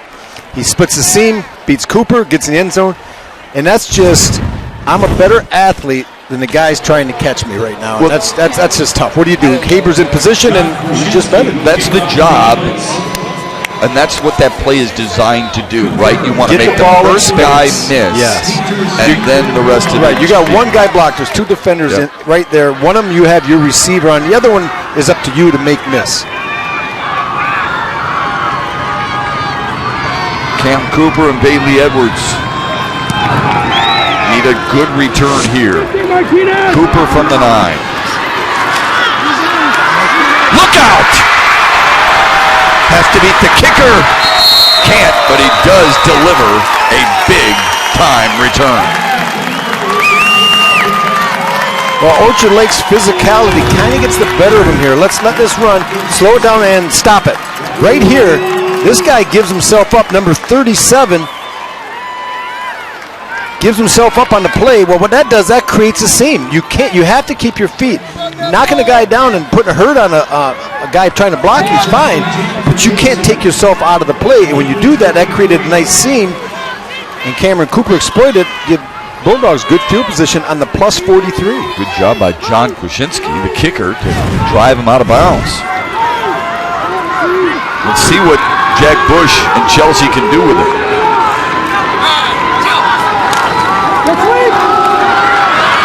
Sweep that was cut up by Jacob Grobe. And nice job by Griffin Sheeposh coming under control. We saw in the last game, Shepard, remember, or the Romeo game earlier today, when Brad Tanner would run that outside zone and then he would cut it up. Well, Sheeposh did a good job of keeping inside-out leverage. So when that ball was when they tried to cut it up inside, Grobe, Sheeposh was still there. Under 7 minutes to go in the third. Chelsea needs a response. They're going to go up top. And it is incomplete. Intended for Noah Van Riesma. Kaylee Hamler was with him step for step. Number 85 from Chelsea.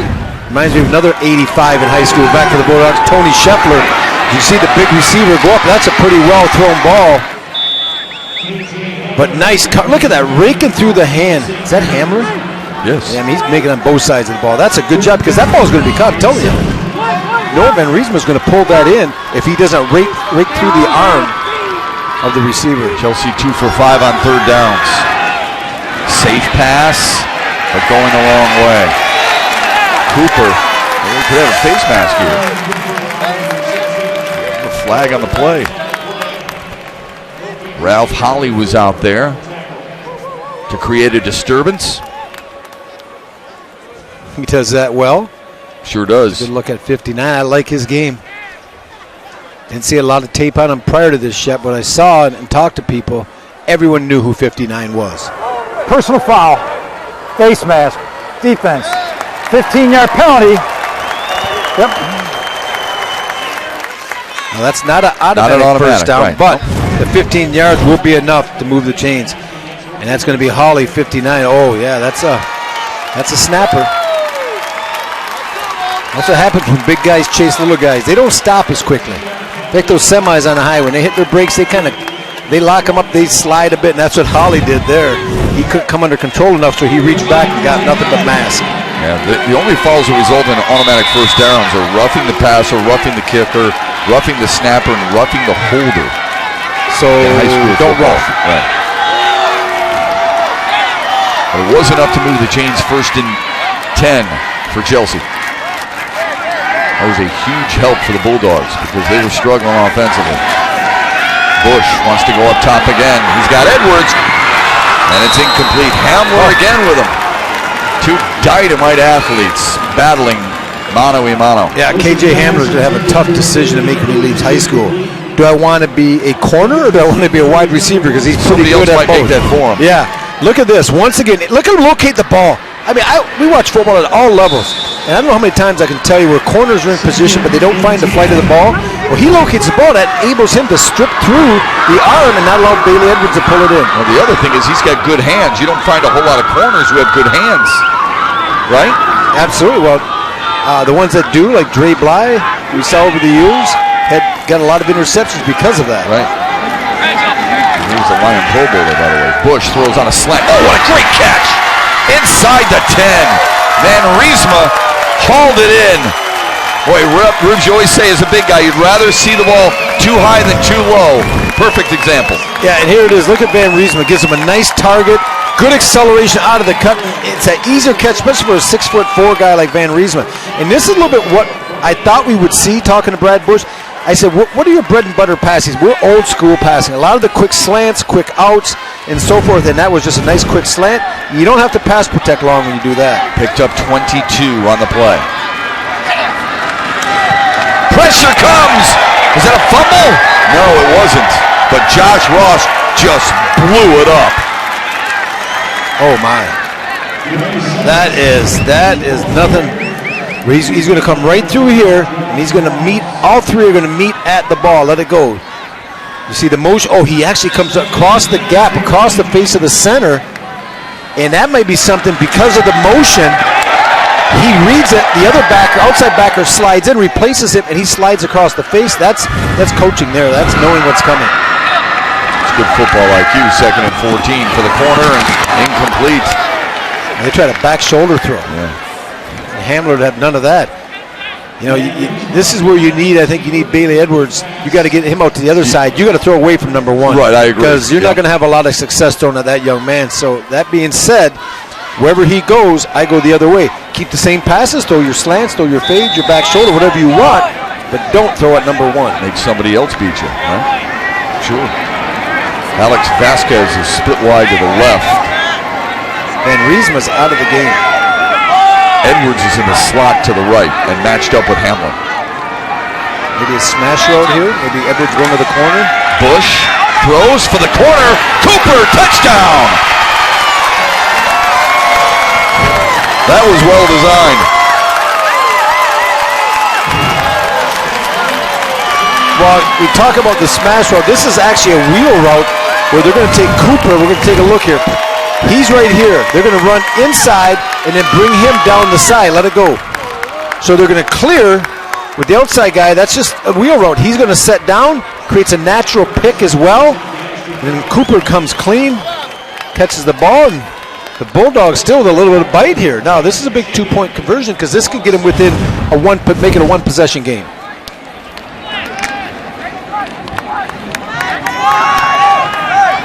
Van Riesma is split wide to the left. Diamond formation to the right for Bush. He'll roll that way. Pressure from the back end. He feels it, he throws it, and it's incomplete. Who else? John Pearson. That nasty football breath on the back of the neck of Jack Bush. He could feel it, he could smell it, and he knew it was happening. 22-12, Orchard Lake St. Mary's. They stave off the 2-point conversion, but the Bulldogs drive to get on the board here in the third.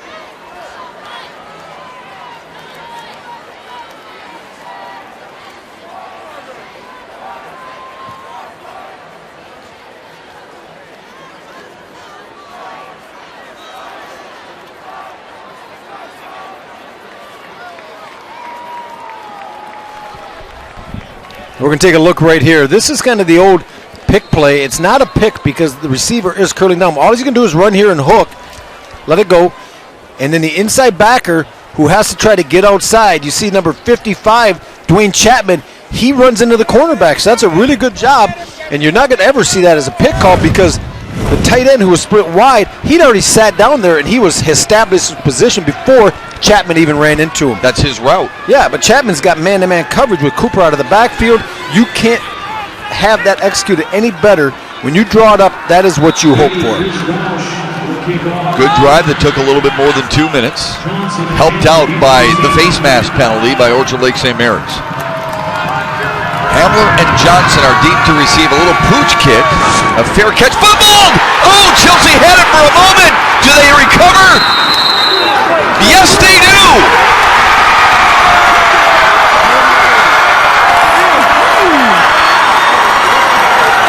Cole Sepler, Johnny on the spot. Well, Coach Bush reaching in his bag of tricks once again. We saw the reverse touchdown pass. We see the wheel roll with the pick play now. A little pooch kick. Looks like Chelsea was initially going to cover it. After it's dropped, the fair catch is called. And initially, who was that? That was Parker Dye had the first chance. He can't get it. And then Scepter is right there. The Dye has a chance. And then Scepter really comes out of nowhere very aggressively. Now Chelsea worked with a short field like they afforded Orchard Lake in the first half. Or actually in the second half here. And Chelsea just came off a rather rhythmic offensive drive where they did some things well. A toss to Edwards. Pounded at the 25.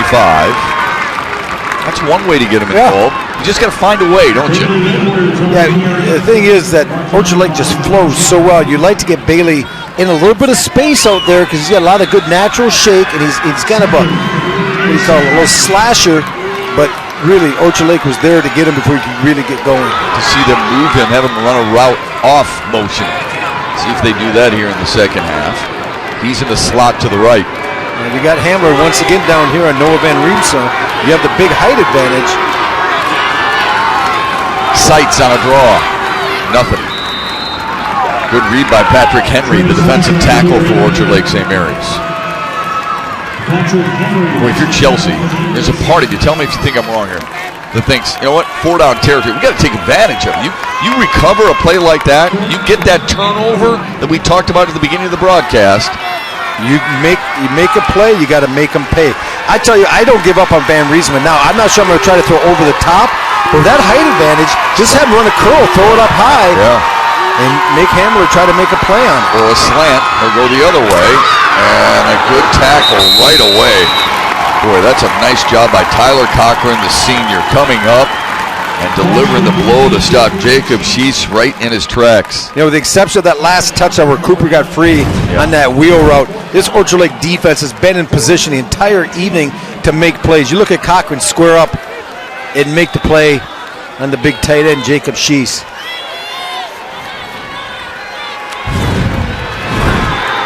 Going to go for it on 4th down and about 3. Hard count, check the defense out.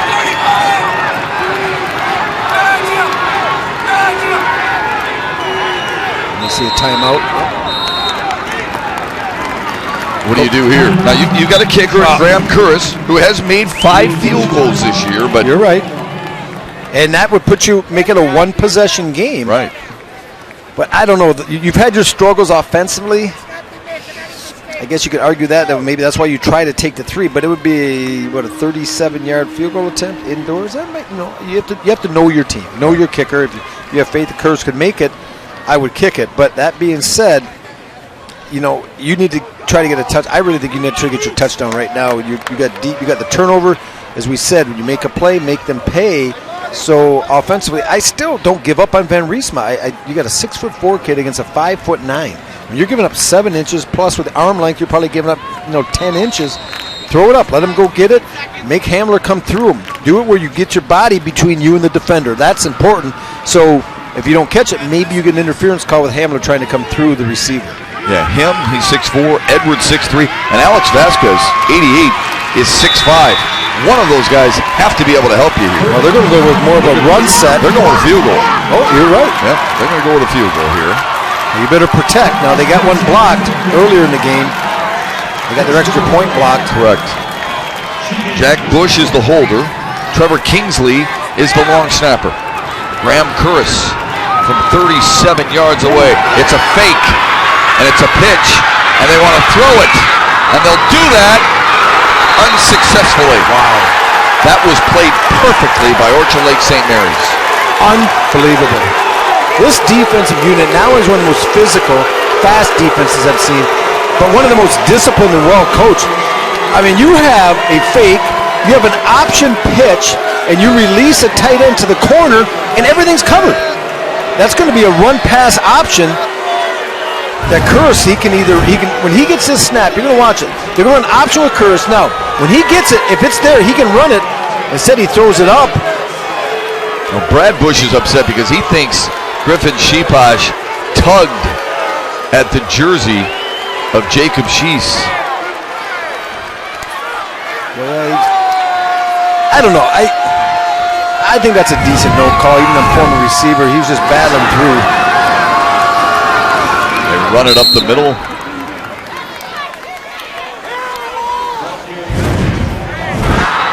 I didn't think it was that bad, but Coach Bush obviously thought different of it. Now, he may have some bias. You think? Well, don't kid yourself. That stems over a little bit from the first half play, where there was no doubt that Brendan Tabone had fumbled and they called it an incomplete pass. It was going to be one or the other, and that's what was lost in the whole play. He either fumbles it or it's a loss of down because it's intentional grounding, and neither was called. So that problem, there's a carryover from the first half for Brad Bush.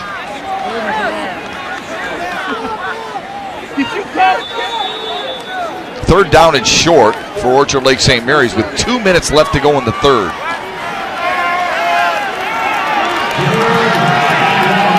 By the way, that can add to the frustration, can it? Absolutely. You know, Shepard, it's easy to say as a coach or a player, you need to put that behind you. It's difficult, yeah. Because all it takes, Rob, is one more bad thing to trigger the last bad thing. As a coach, you can't let your players see that you're upset about it, that you're dwelling on it, because what happens is everything you do, your behavior, it trickles down to your players, and then all of a sudden they start worrying more about calls in the game instead of defensive calls and being in position and making plays. 16 first downs now for the Eaglets.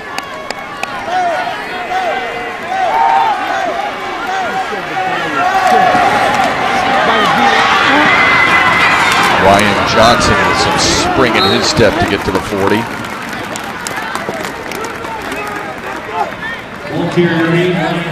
Well, George Port has this game now where he wants it. He has a 2-possession lead. He's got his offense playing physical up front again. He's got his running game getting back on track. And this is his MO. This is where Orchard Lake can be so difficult. That's why they're so hard to come back on. If you give them a lead, if you dig yourself a hole, because they possess the ball, they're physical, and obviously defensively we've seen how good they are. Hamler is split wide to the right. They're going to keep it on the ground. A little Justin Myrick scoop through the right side of the offensive line to get another first down.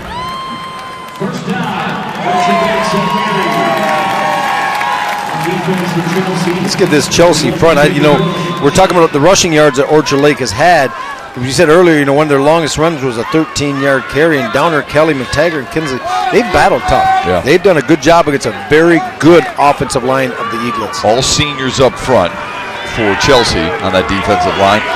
4 of the 5 offensive linemen for Orchard Lake St. Mary's are seniors. Up the middle yet again. Troy Marks into Chelsea territory. Should be the final play of the third, and it is. Orchard Lake St. Mary's holds up 4 fingers as they head to the fourth. They lead by 10. They look for another on the ground as their offense continues to pile up the ground attack, the yards, and what they hope will be another ring for one of those fingers. Stay with us. The fourth is upcoming.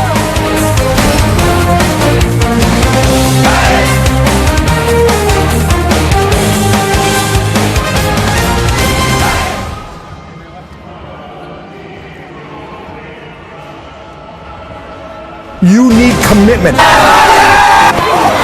It should have started at the end of last season. Believe. You have to believe in your players, then they will believe in you. You too can create a masterpiece. It's time. Let the big dogs eat. Fox Sports Detroit.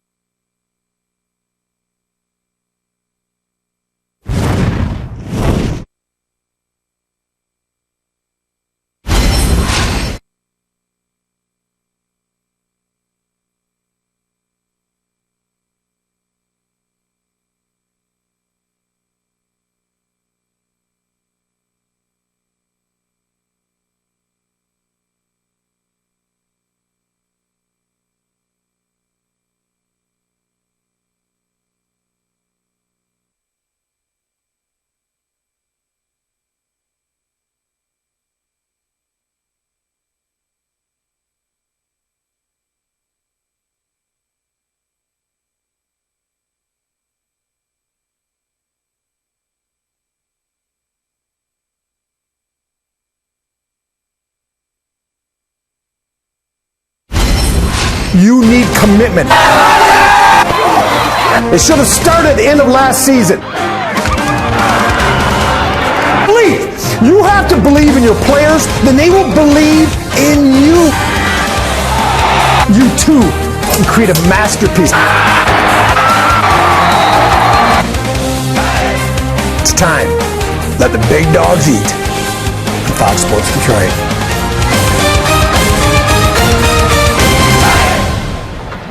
It's a job well done by our entire crew here for Fox Sports Detroit.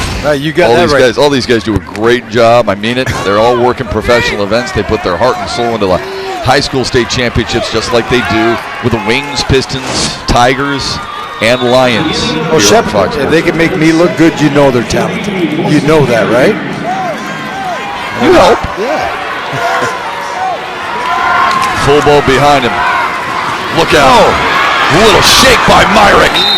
Got all the way down to that third level. That's running downhill, folks, right there. And that's what you call a nice shallow cut. As he got to the next level, he cuts with speed. He doesn't stop and start stutter stepping. As the defender goes just one plant, and look at, just breaks the ankles of Graham Curris. This is talent. You can't coach this either, by the way. You know, I played 7 years in the NFL. I could never do that, ever make a cut like that. His strengths were elsewhere. There's another one.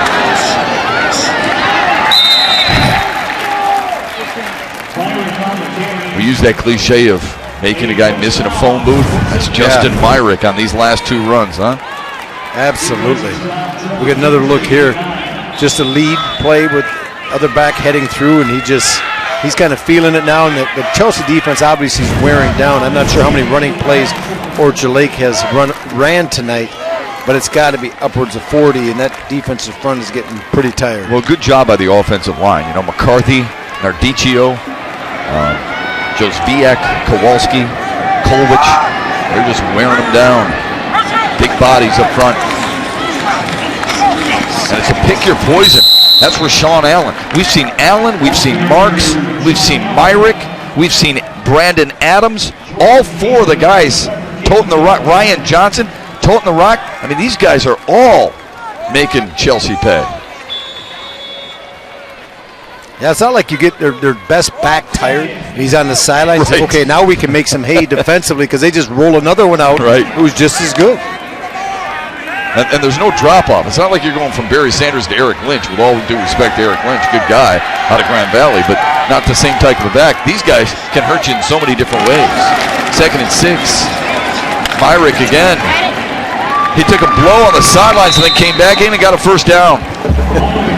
You know what? When things are going offensively, those blows on the sidelines get shorter and shorter for the running backs because now they're all starting to feel it. They know they can do work out there. And Myrick doing some work in this drive. He took one quick breather. He went off. And we see Josh Ross coming out. They've been using Josh Ross in the backfield as a lead blocker. You pointed out early on, I think on their last touchdown, he's been getting some work. 20 first downs. That's a college game. Inside the 10 crawls Myrick. They keep following Kowalski and Kolwich on that right side. Kolwich wears 71 in red. He's 6'5", 270 pounds. He's got really good feet. You know why? Grew up playing hockey. A really good little hockey player. Wasn't little either. He's big. He's a defenseman who can skate past the puck. He's got a little mean streak in him. The only reason I know that is because he played with my son travel hockey. And he's an offensive tackle? He's an offensive tackle. I hate to have to drop the gloves with him if I was in high school. Well, you know what? I'm sure he put the skates away and decided to sit at the buffet table a little bit longer. Right up the gut, Rashaan Allen. He watched that goal line. He's not going to get it on this carry, but that's a hard-nosed run right there.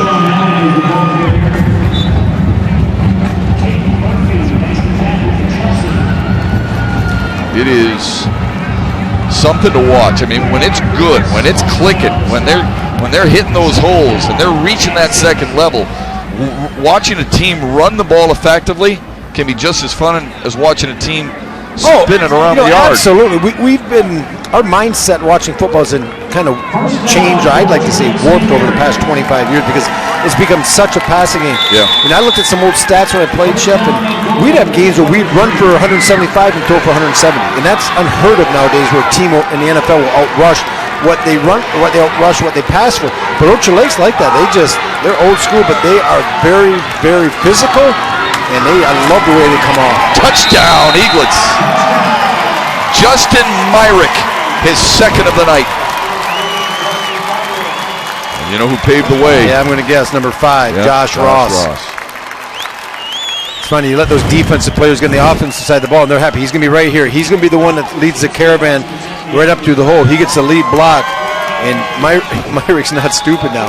Because I got a 220-pound linebacker clearing things out. I'm going to get right on his back hip, follow him through the hole, and the Eaglets have extended their lead even more. Krushinski on for the extra point. Good snap, good hold. And the PAT is good as well. That missed two-point conversion last time for Chelsea means that it's now a 3-possession game. The Bulldogs are running out of time in downtown Detroit.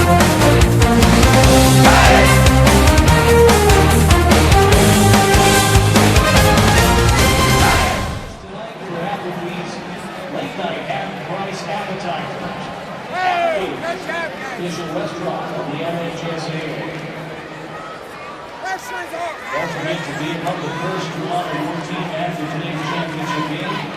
Official MHSA Champions T-shirt, hat, or team trophy presentation card.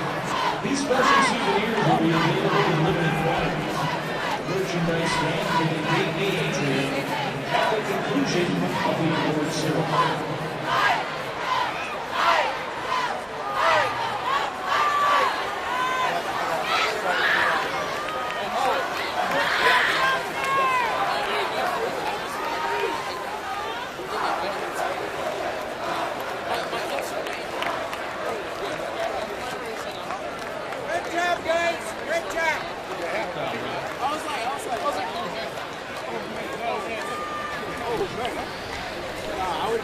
Always an enjoyable weekend, but this weekend, maybe as much as any others, has been extremely exciting. You want to watch an exciting runner?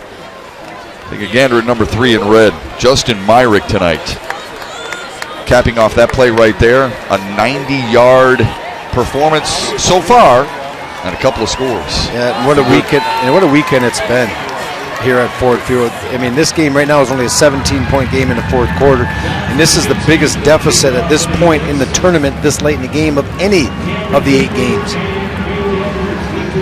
Yeah, we've seen some outstanding performances. Yeah. Some highlight reel plays, both offensively and defensively.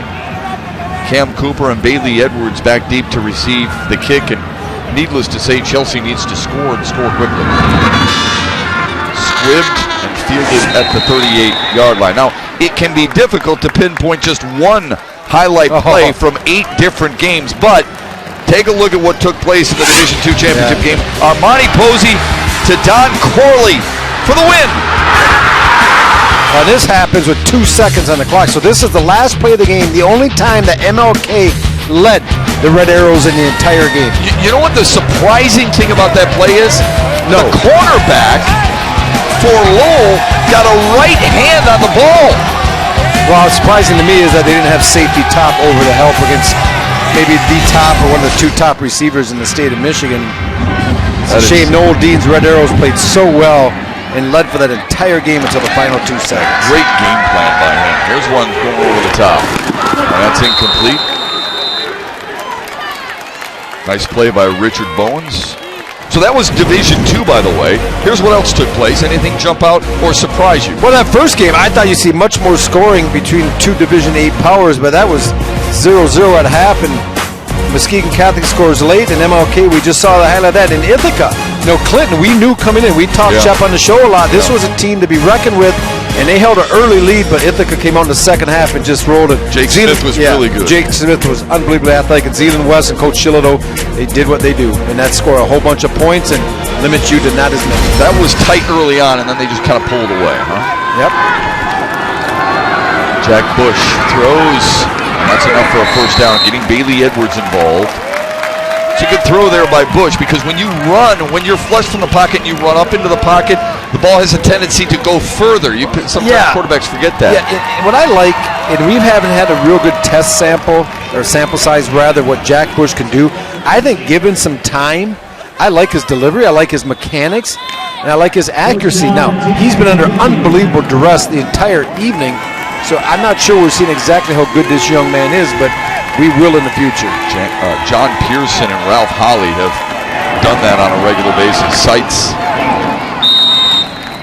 into Orchard Lake St. Mary territory, but clock is much a foe of Chelsea as the Eaglets are right now.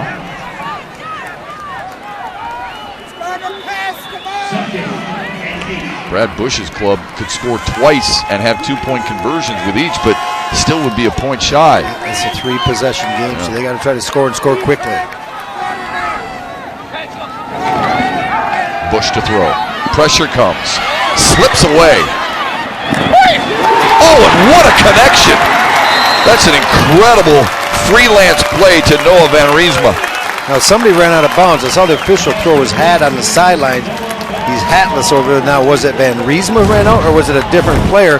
But once again, look at the pocket field. Step up, young Jack Bush. Roll out, by time. He finds Van Riesma. I think it might have been a different receiver that ran out of bounds because there was nothing further after that play. Well, he picked up 17 on the play. And here's another look.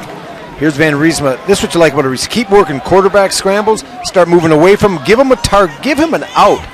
Don't leave your quarterback in jail when he's scrambling, because things are toughened up in that backfield when he's running from a bunch of red shirts. That's a tight window right there. Yeah, what a great catching. Looked like Bowen's got a hand on that. I don't know what was better, the ability to slip a pair of defenders, including John Pearson, or the throw itself. Oh, he's getting mugged outside Van Riesma. He broke a tackle, and Bush gets close to the 10-yard line. Wow, I really thought there was some physical play in Van Riesma. You see him talking to the officials right there, and he's saying, I know they can chuck you, and there's no 5-yard hitting limit, but I'm playing football, not wrestling right now, because he was getting handled up a little bit down the field. And if you're Orchard Lake, you have to know the limits of the officials. And if they're letting you play with your hands locked, keep playing. And we're going to get a look here, right here. He tries getting off. See a little jersey pull. Oh, still good. It's tough when Noah's a little frustrated right now. As a lot of the Bulldogs are. 1st and 10 inside the 15. Bush to throw across the middle. Sliding grab inside the 5 by Alex Vasquez. How about this Bulldog team? Still a lot of bite in them. You got to respect what Coach Brad Bush has done out in Chelsea. First time, he told me they got to the regionals. They won some districts, but they just haven't been able to get to the next step. So he's very proud of this team he has this year getting to Ford Field. Taking a long time to set the football. That's Chelsea. They mark it at the 4. Chelsea wants to hurry up here. 6.5 left.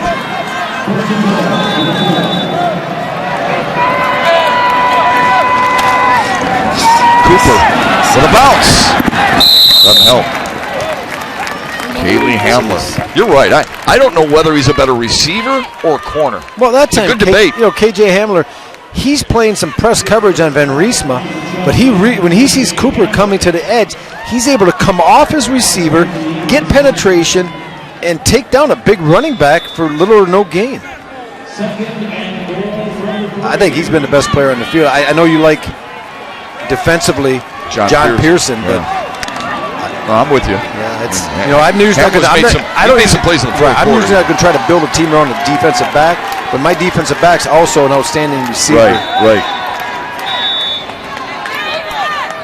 It's a timeout, Chelsea, because they had illegal substitution, so they had to burn it. That means they're down to 1 timeout. 6:21 remaining in this one.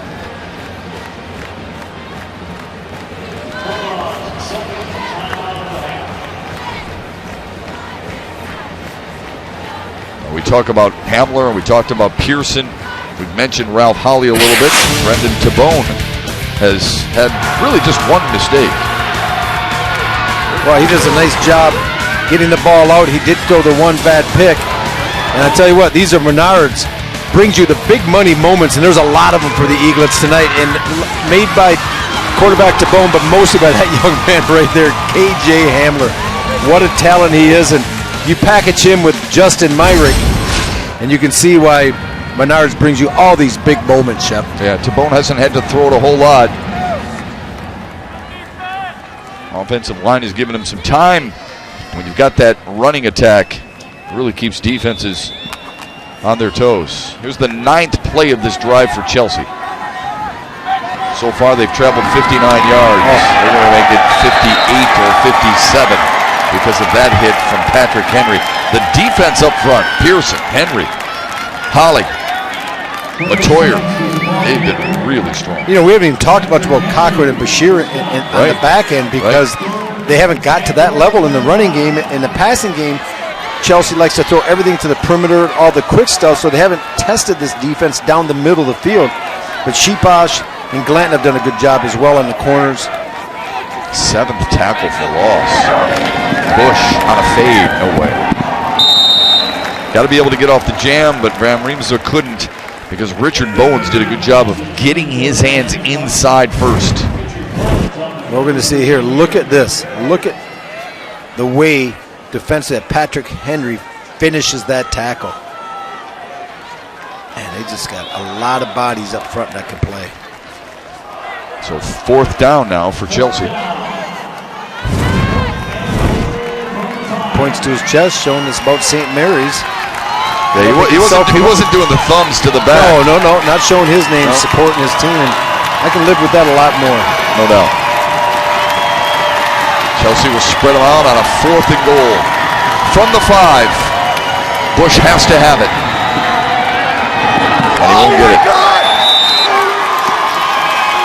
And it's been a frustrating last few plays for Noah Van Riemsma. Well, he feels he's been getting handled a little bit outside. He's getting no help from the officials. Coach Brad Bush also a little bit upset. And Chelsea's had some calls go against him today, but I'm not sure if they get every call in this game. But they're still going to cut him on the top. Yeah, when you can see the jersey being tugged away from the guy's body, usually that's a pretty good indication. But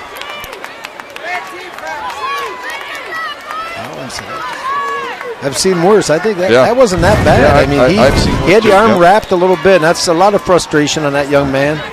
Well, it probably stems from the earlier non-call where he was driven out of bounds that you wondered about too. So it's just kind of boiled over a little bit. But Orchard Lake St. Mary's has been a better team here tonight. I don't think there's much debate there. 5.5 remaining in this one. Well, you know, every coach, offensive coordinator, offensive line coach dreams of when you get the ball with 5-6 minutes in the game and you end up with the ball still. And if there's any team that can do that, I like the chance of this Orchard Lake St. Mary's offense because they've been able to run the ball, 5-6 yards at a chunk.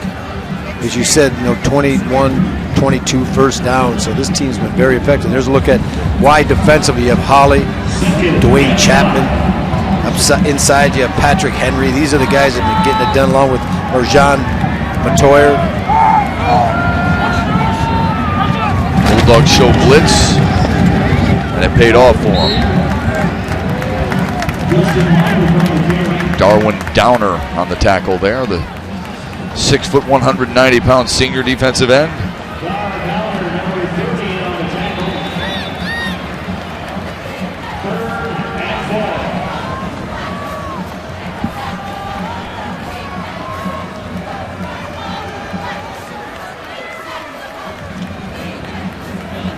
See the balanced rushing attack for Orchard Lake St. Mary's tonight. 251 yards on the ground. They average 270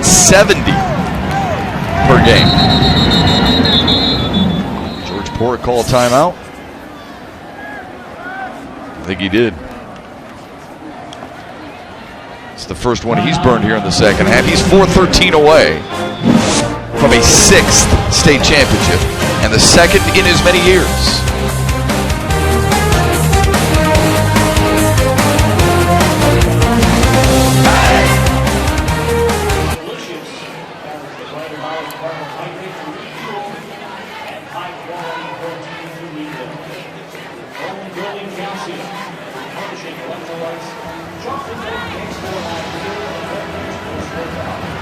Michigan made chocolate milk. Authentic power, real results. It's nature's true trick. For more information, visit milkmeansmore.org. Official game ball for Michigan High School Athletic Association football playoffs. Being provided by Wilson Sports Goods. The MHSAA thanks Wilson for its contribution to interscholastic athletics.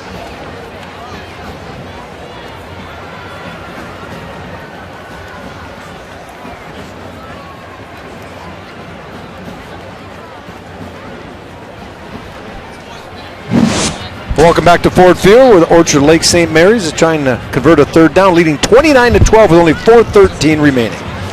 MHSAA.TV will have live streaming coverage of the post-game press conference from this contest. Plus, you'll find highlights and an archive of all this weekend's championship games. Get bonus coverage of the football finals at MHSAA.TV. I'm still a little disappointed, Matthew. How come that's the only promo I get to read? Why? Well, you don't trust? It's baby steps, Mike.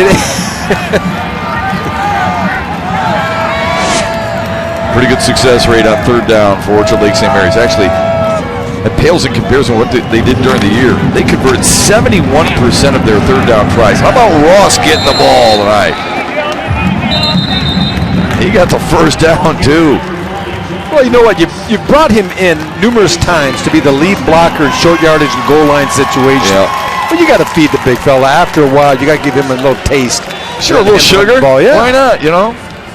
It's amazing, though, how offensive players would love to play defense. Defense would love to play offense. Athletes would love to be entertainers, and entertainers would love to be the guys who put a helmet on. Yeah, you know, for all the people in the Catholic League wondering how Orchard Lake's going to be next year, well, I'm just telling you right now, Ross Chapman, those two inside linebackers are both juniors. KJ Hamler's a junior. Ryan Johnson's a junior. Rashaan Allen's a sophomore. Now they're going to lose a lot up front, though, partner. They only have one starting lineman coming back. That'll be Jack McCarthy, their left tackle, but that's not a bad position to have coming back. I got a feeling Coach Porter will find a few other bodies he can plug in up front. And next year, I think with how good Ross and Chapman will be, your job is just kind of stalemate the people in front of you and let 5 and 55, they'll make all the tackles. Well, what about Ralph Holly? I mean, Ralph Holly is a dominant defensive lineman. He's the backup tackle. He's a junior, so he's a junior. So the whole Bermuda Triangle is coming back. Myrick cut it up, lowered the shoulder, lowered the boom, and got another first down. That is 50 rushing attempts tonight for Orchard Lake St. Mary's. Now, that's no state record. State record 71 in a state championship game, but 50 is a ton. That's what I'm saying, this defensive front linebacking crew, and it's a tough task to be up against that the entire evening. That's just physical football. It wears from on the opening gun to the end, and it does.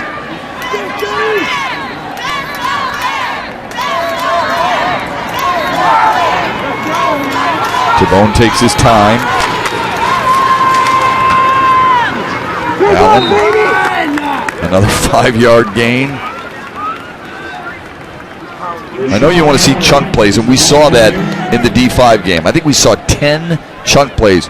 That's at 40 yards or more. So that's double the chunk plays. Chunk plays are usually 20 yards. But this kind of slow death that Orchard Lake St. Mary's gives you with 5 yards of crack is something else. That's, I said early in the game, Brad Bush, you feel so helpless as a coach. Your kids are doing everything you ask them up front. They're playing physical. They're playing tough. But the backs are so good, and that offensive line just gets on you, and they're relentless, and they're just able to get those 4 or 5 yard plays. 7th time that Chelsea has ever had double-digit wins. And they're not going to win a state championship, but this is the best team Chelsea's football program has ever had. And there's something to be said for that, too.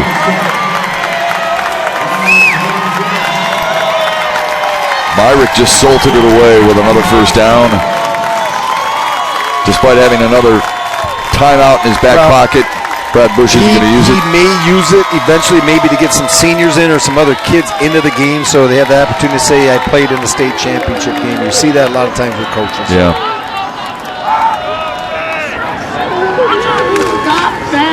Up the gut. Marks corralled at the 45 of Chelsea.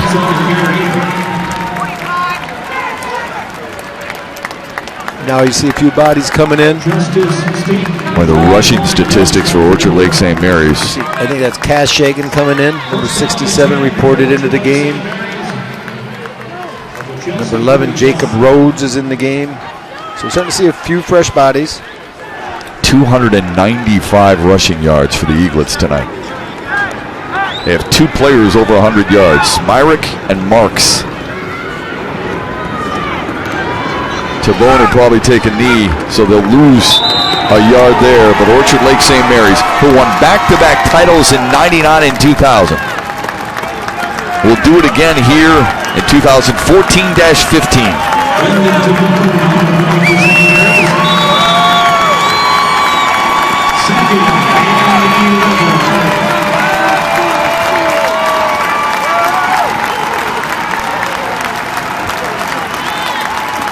They need run just one more play. And I guess run is the operative word. It was a punishing assault on the ground. And the Eaglets fly high again at Ford Field.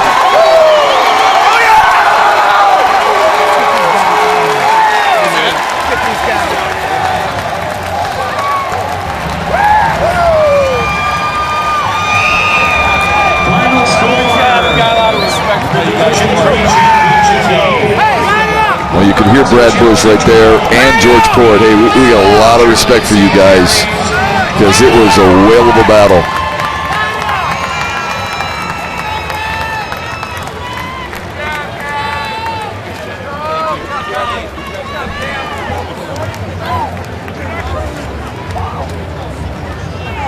The trophy presentation at Ford Field, the final one of the weekend, the final one of 2015, comes your way when we return to put a bow on a championship weekend at Ford Field.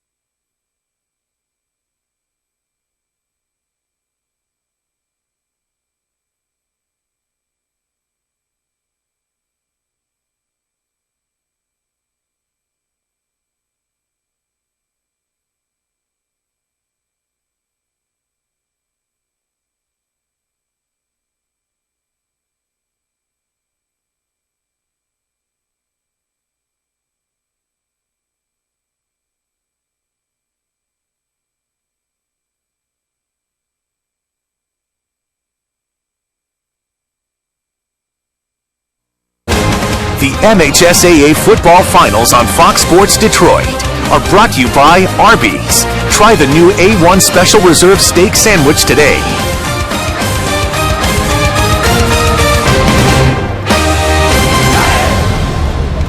Welcome back to Ford Field, where the Eaglets of Orchard Lake St. Mary's have just defeated the Chelsea Bulldogs 29-12 for the Division III state championship.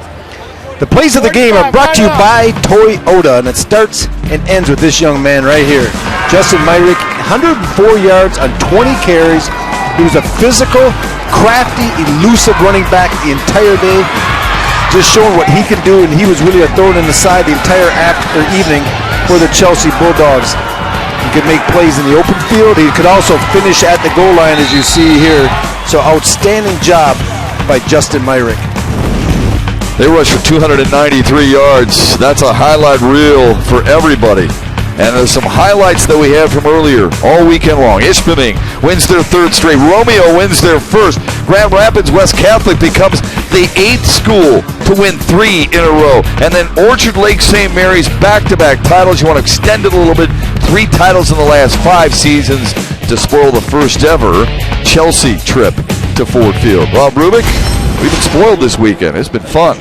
Well, we've seen it all. We've seen the ball slung all over the field here. We just saw a team that relied on offensive linemen, a power running game, and a very aggressive defense. So we've seen some great players, some wonderful coaching.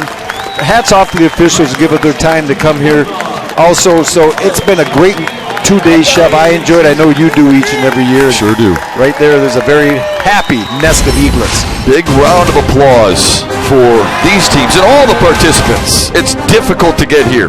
It's a highlight that you should cherish for the rest of your lives, whether you win or lose. And it's a highlight for us to work with our entire Fox Sports Detroit crew. Great job as always by all the men and women in the truck, on the sidelines, and here in the booth. For my partner Rob Rubick, I'm Matt Shepard saying so long. Enjoy the rest of your weekend, everybody. Thanks for watching Fox Sports Detroit.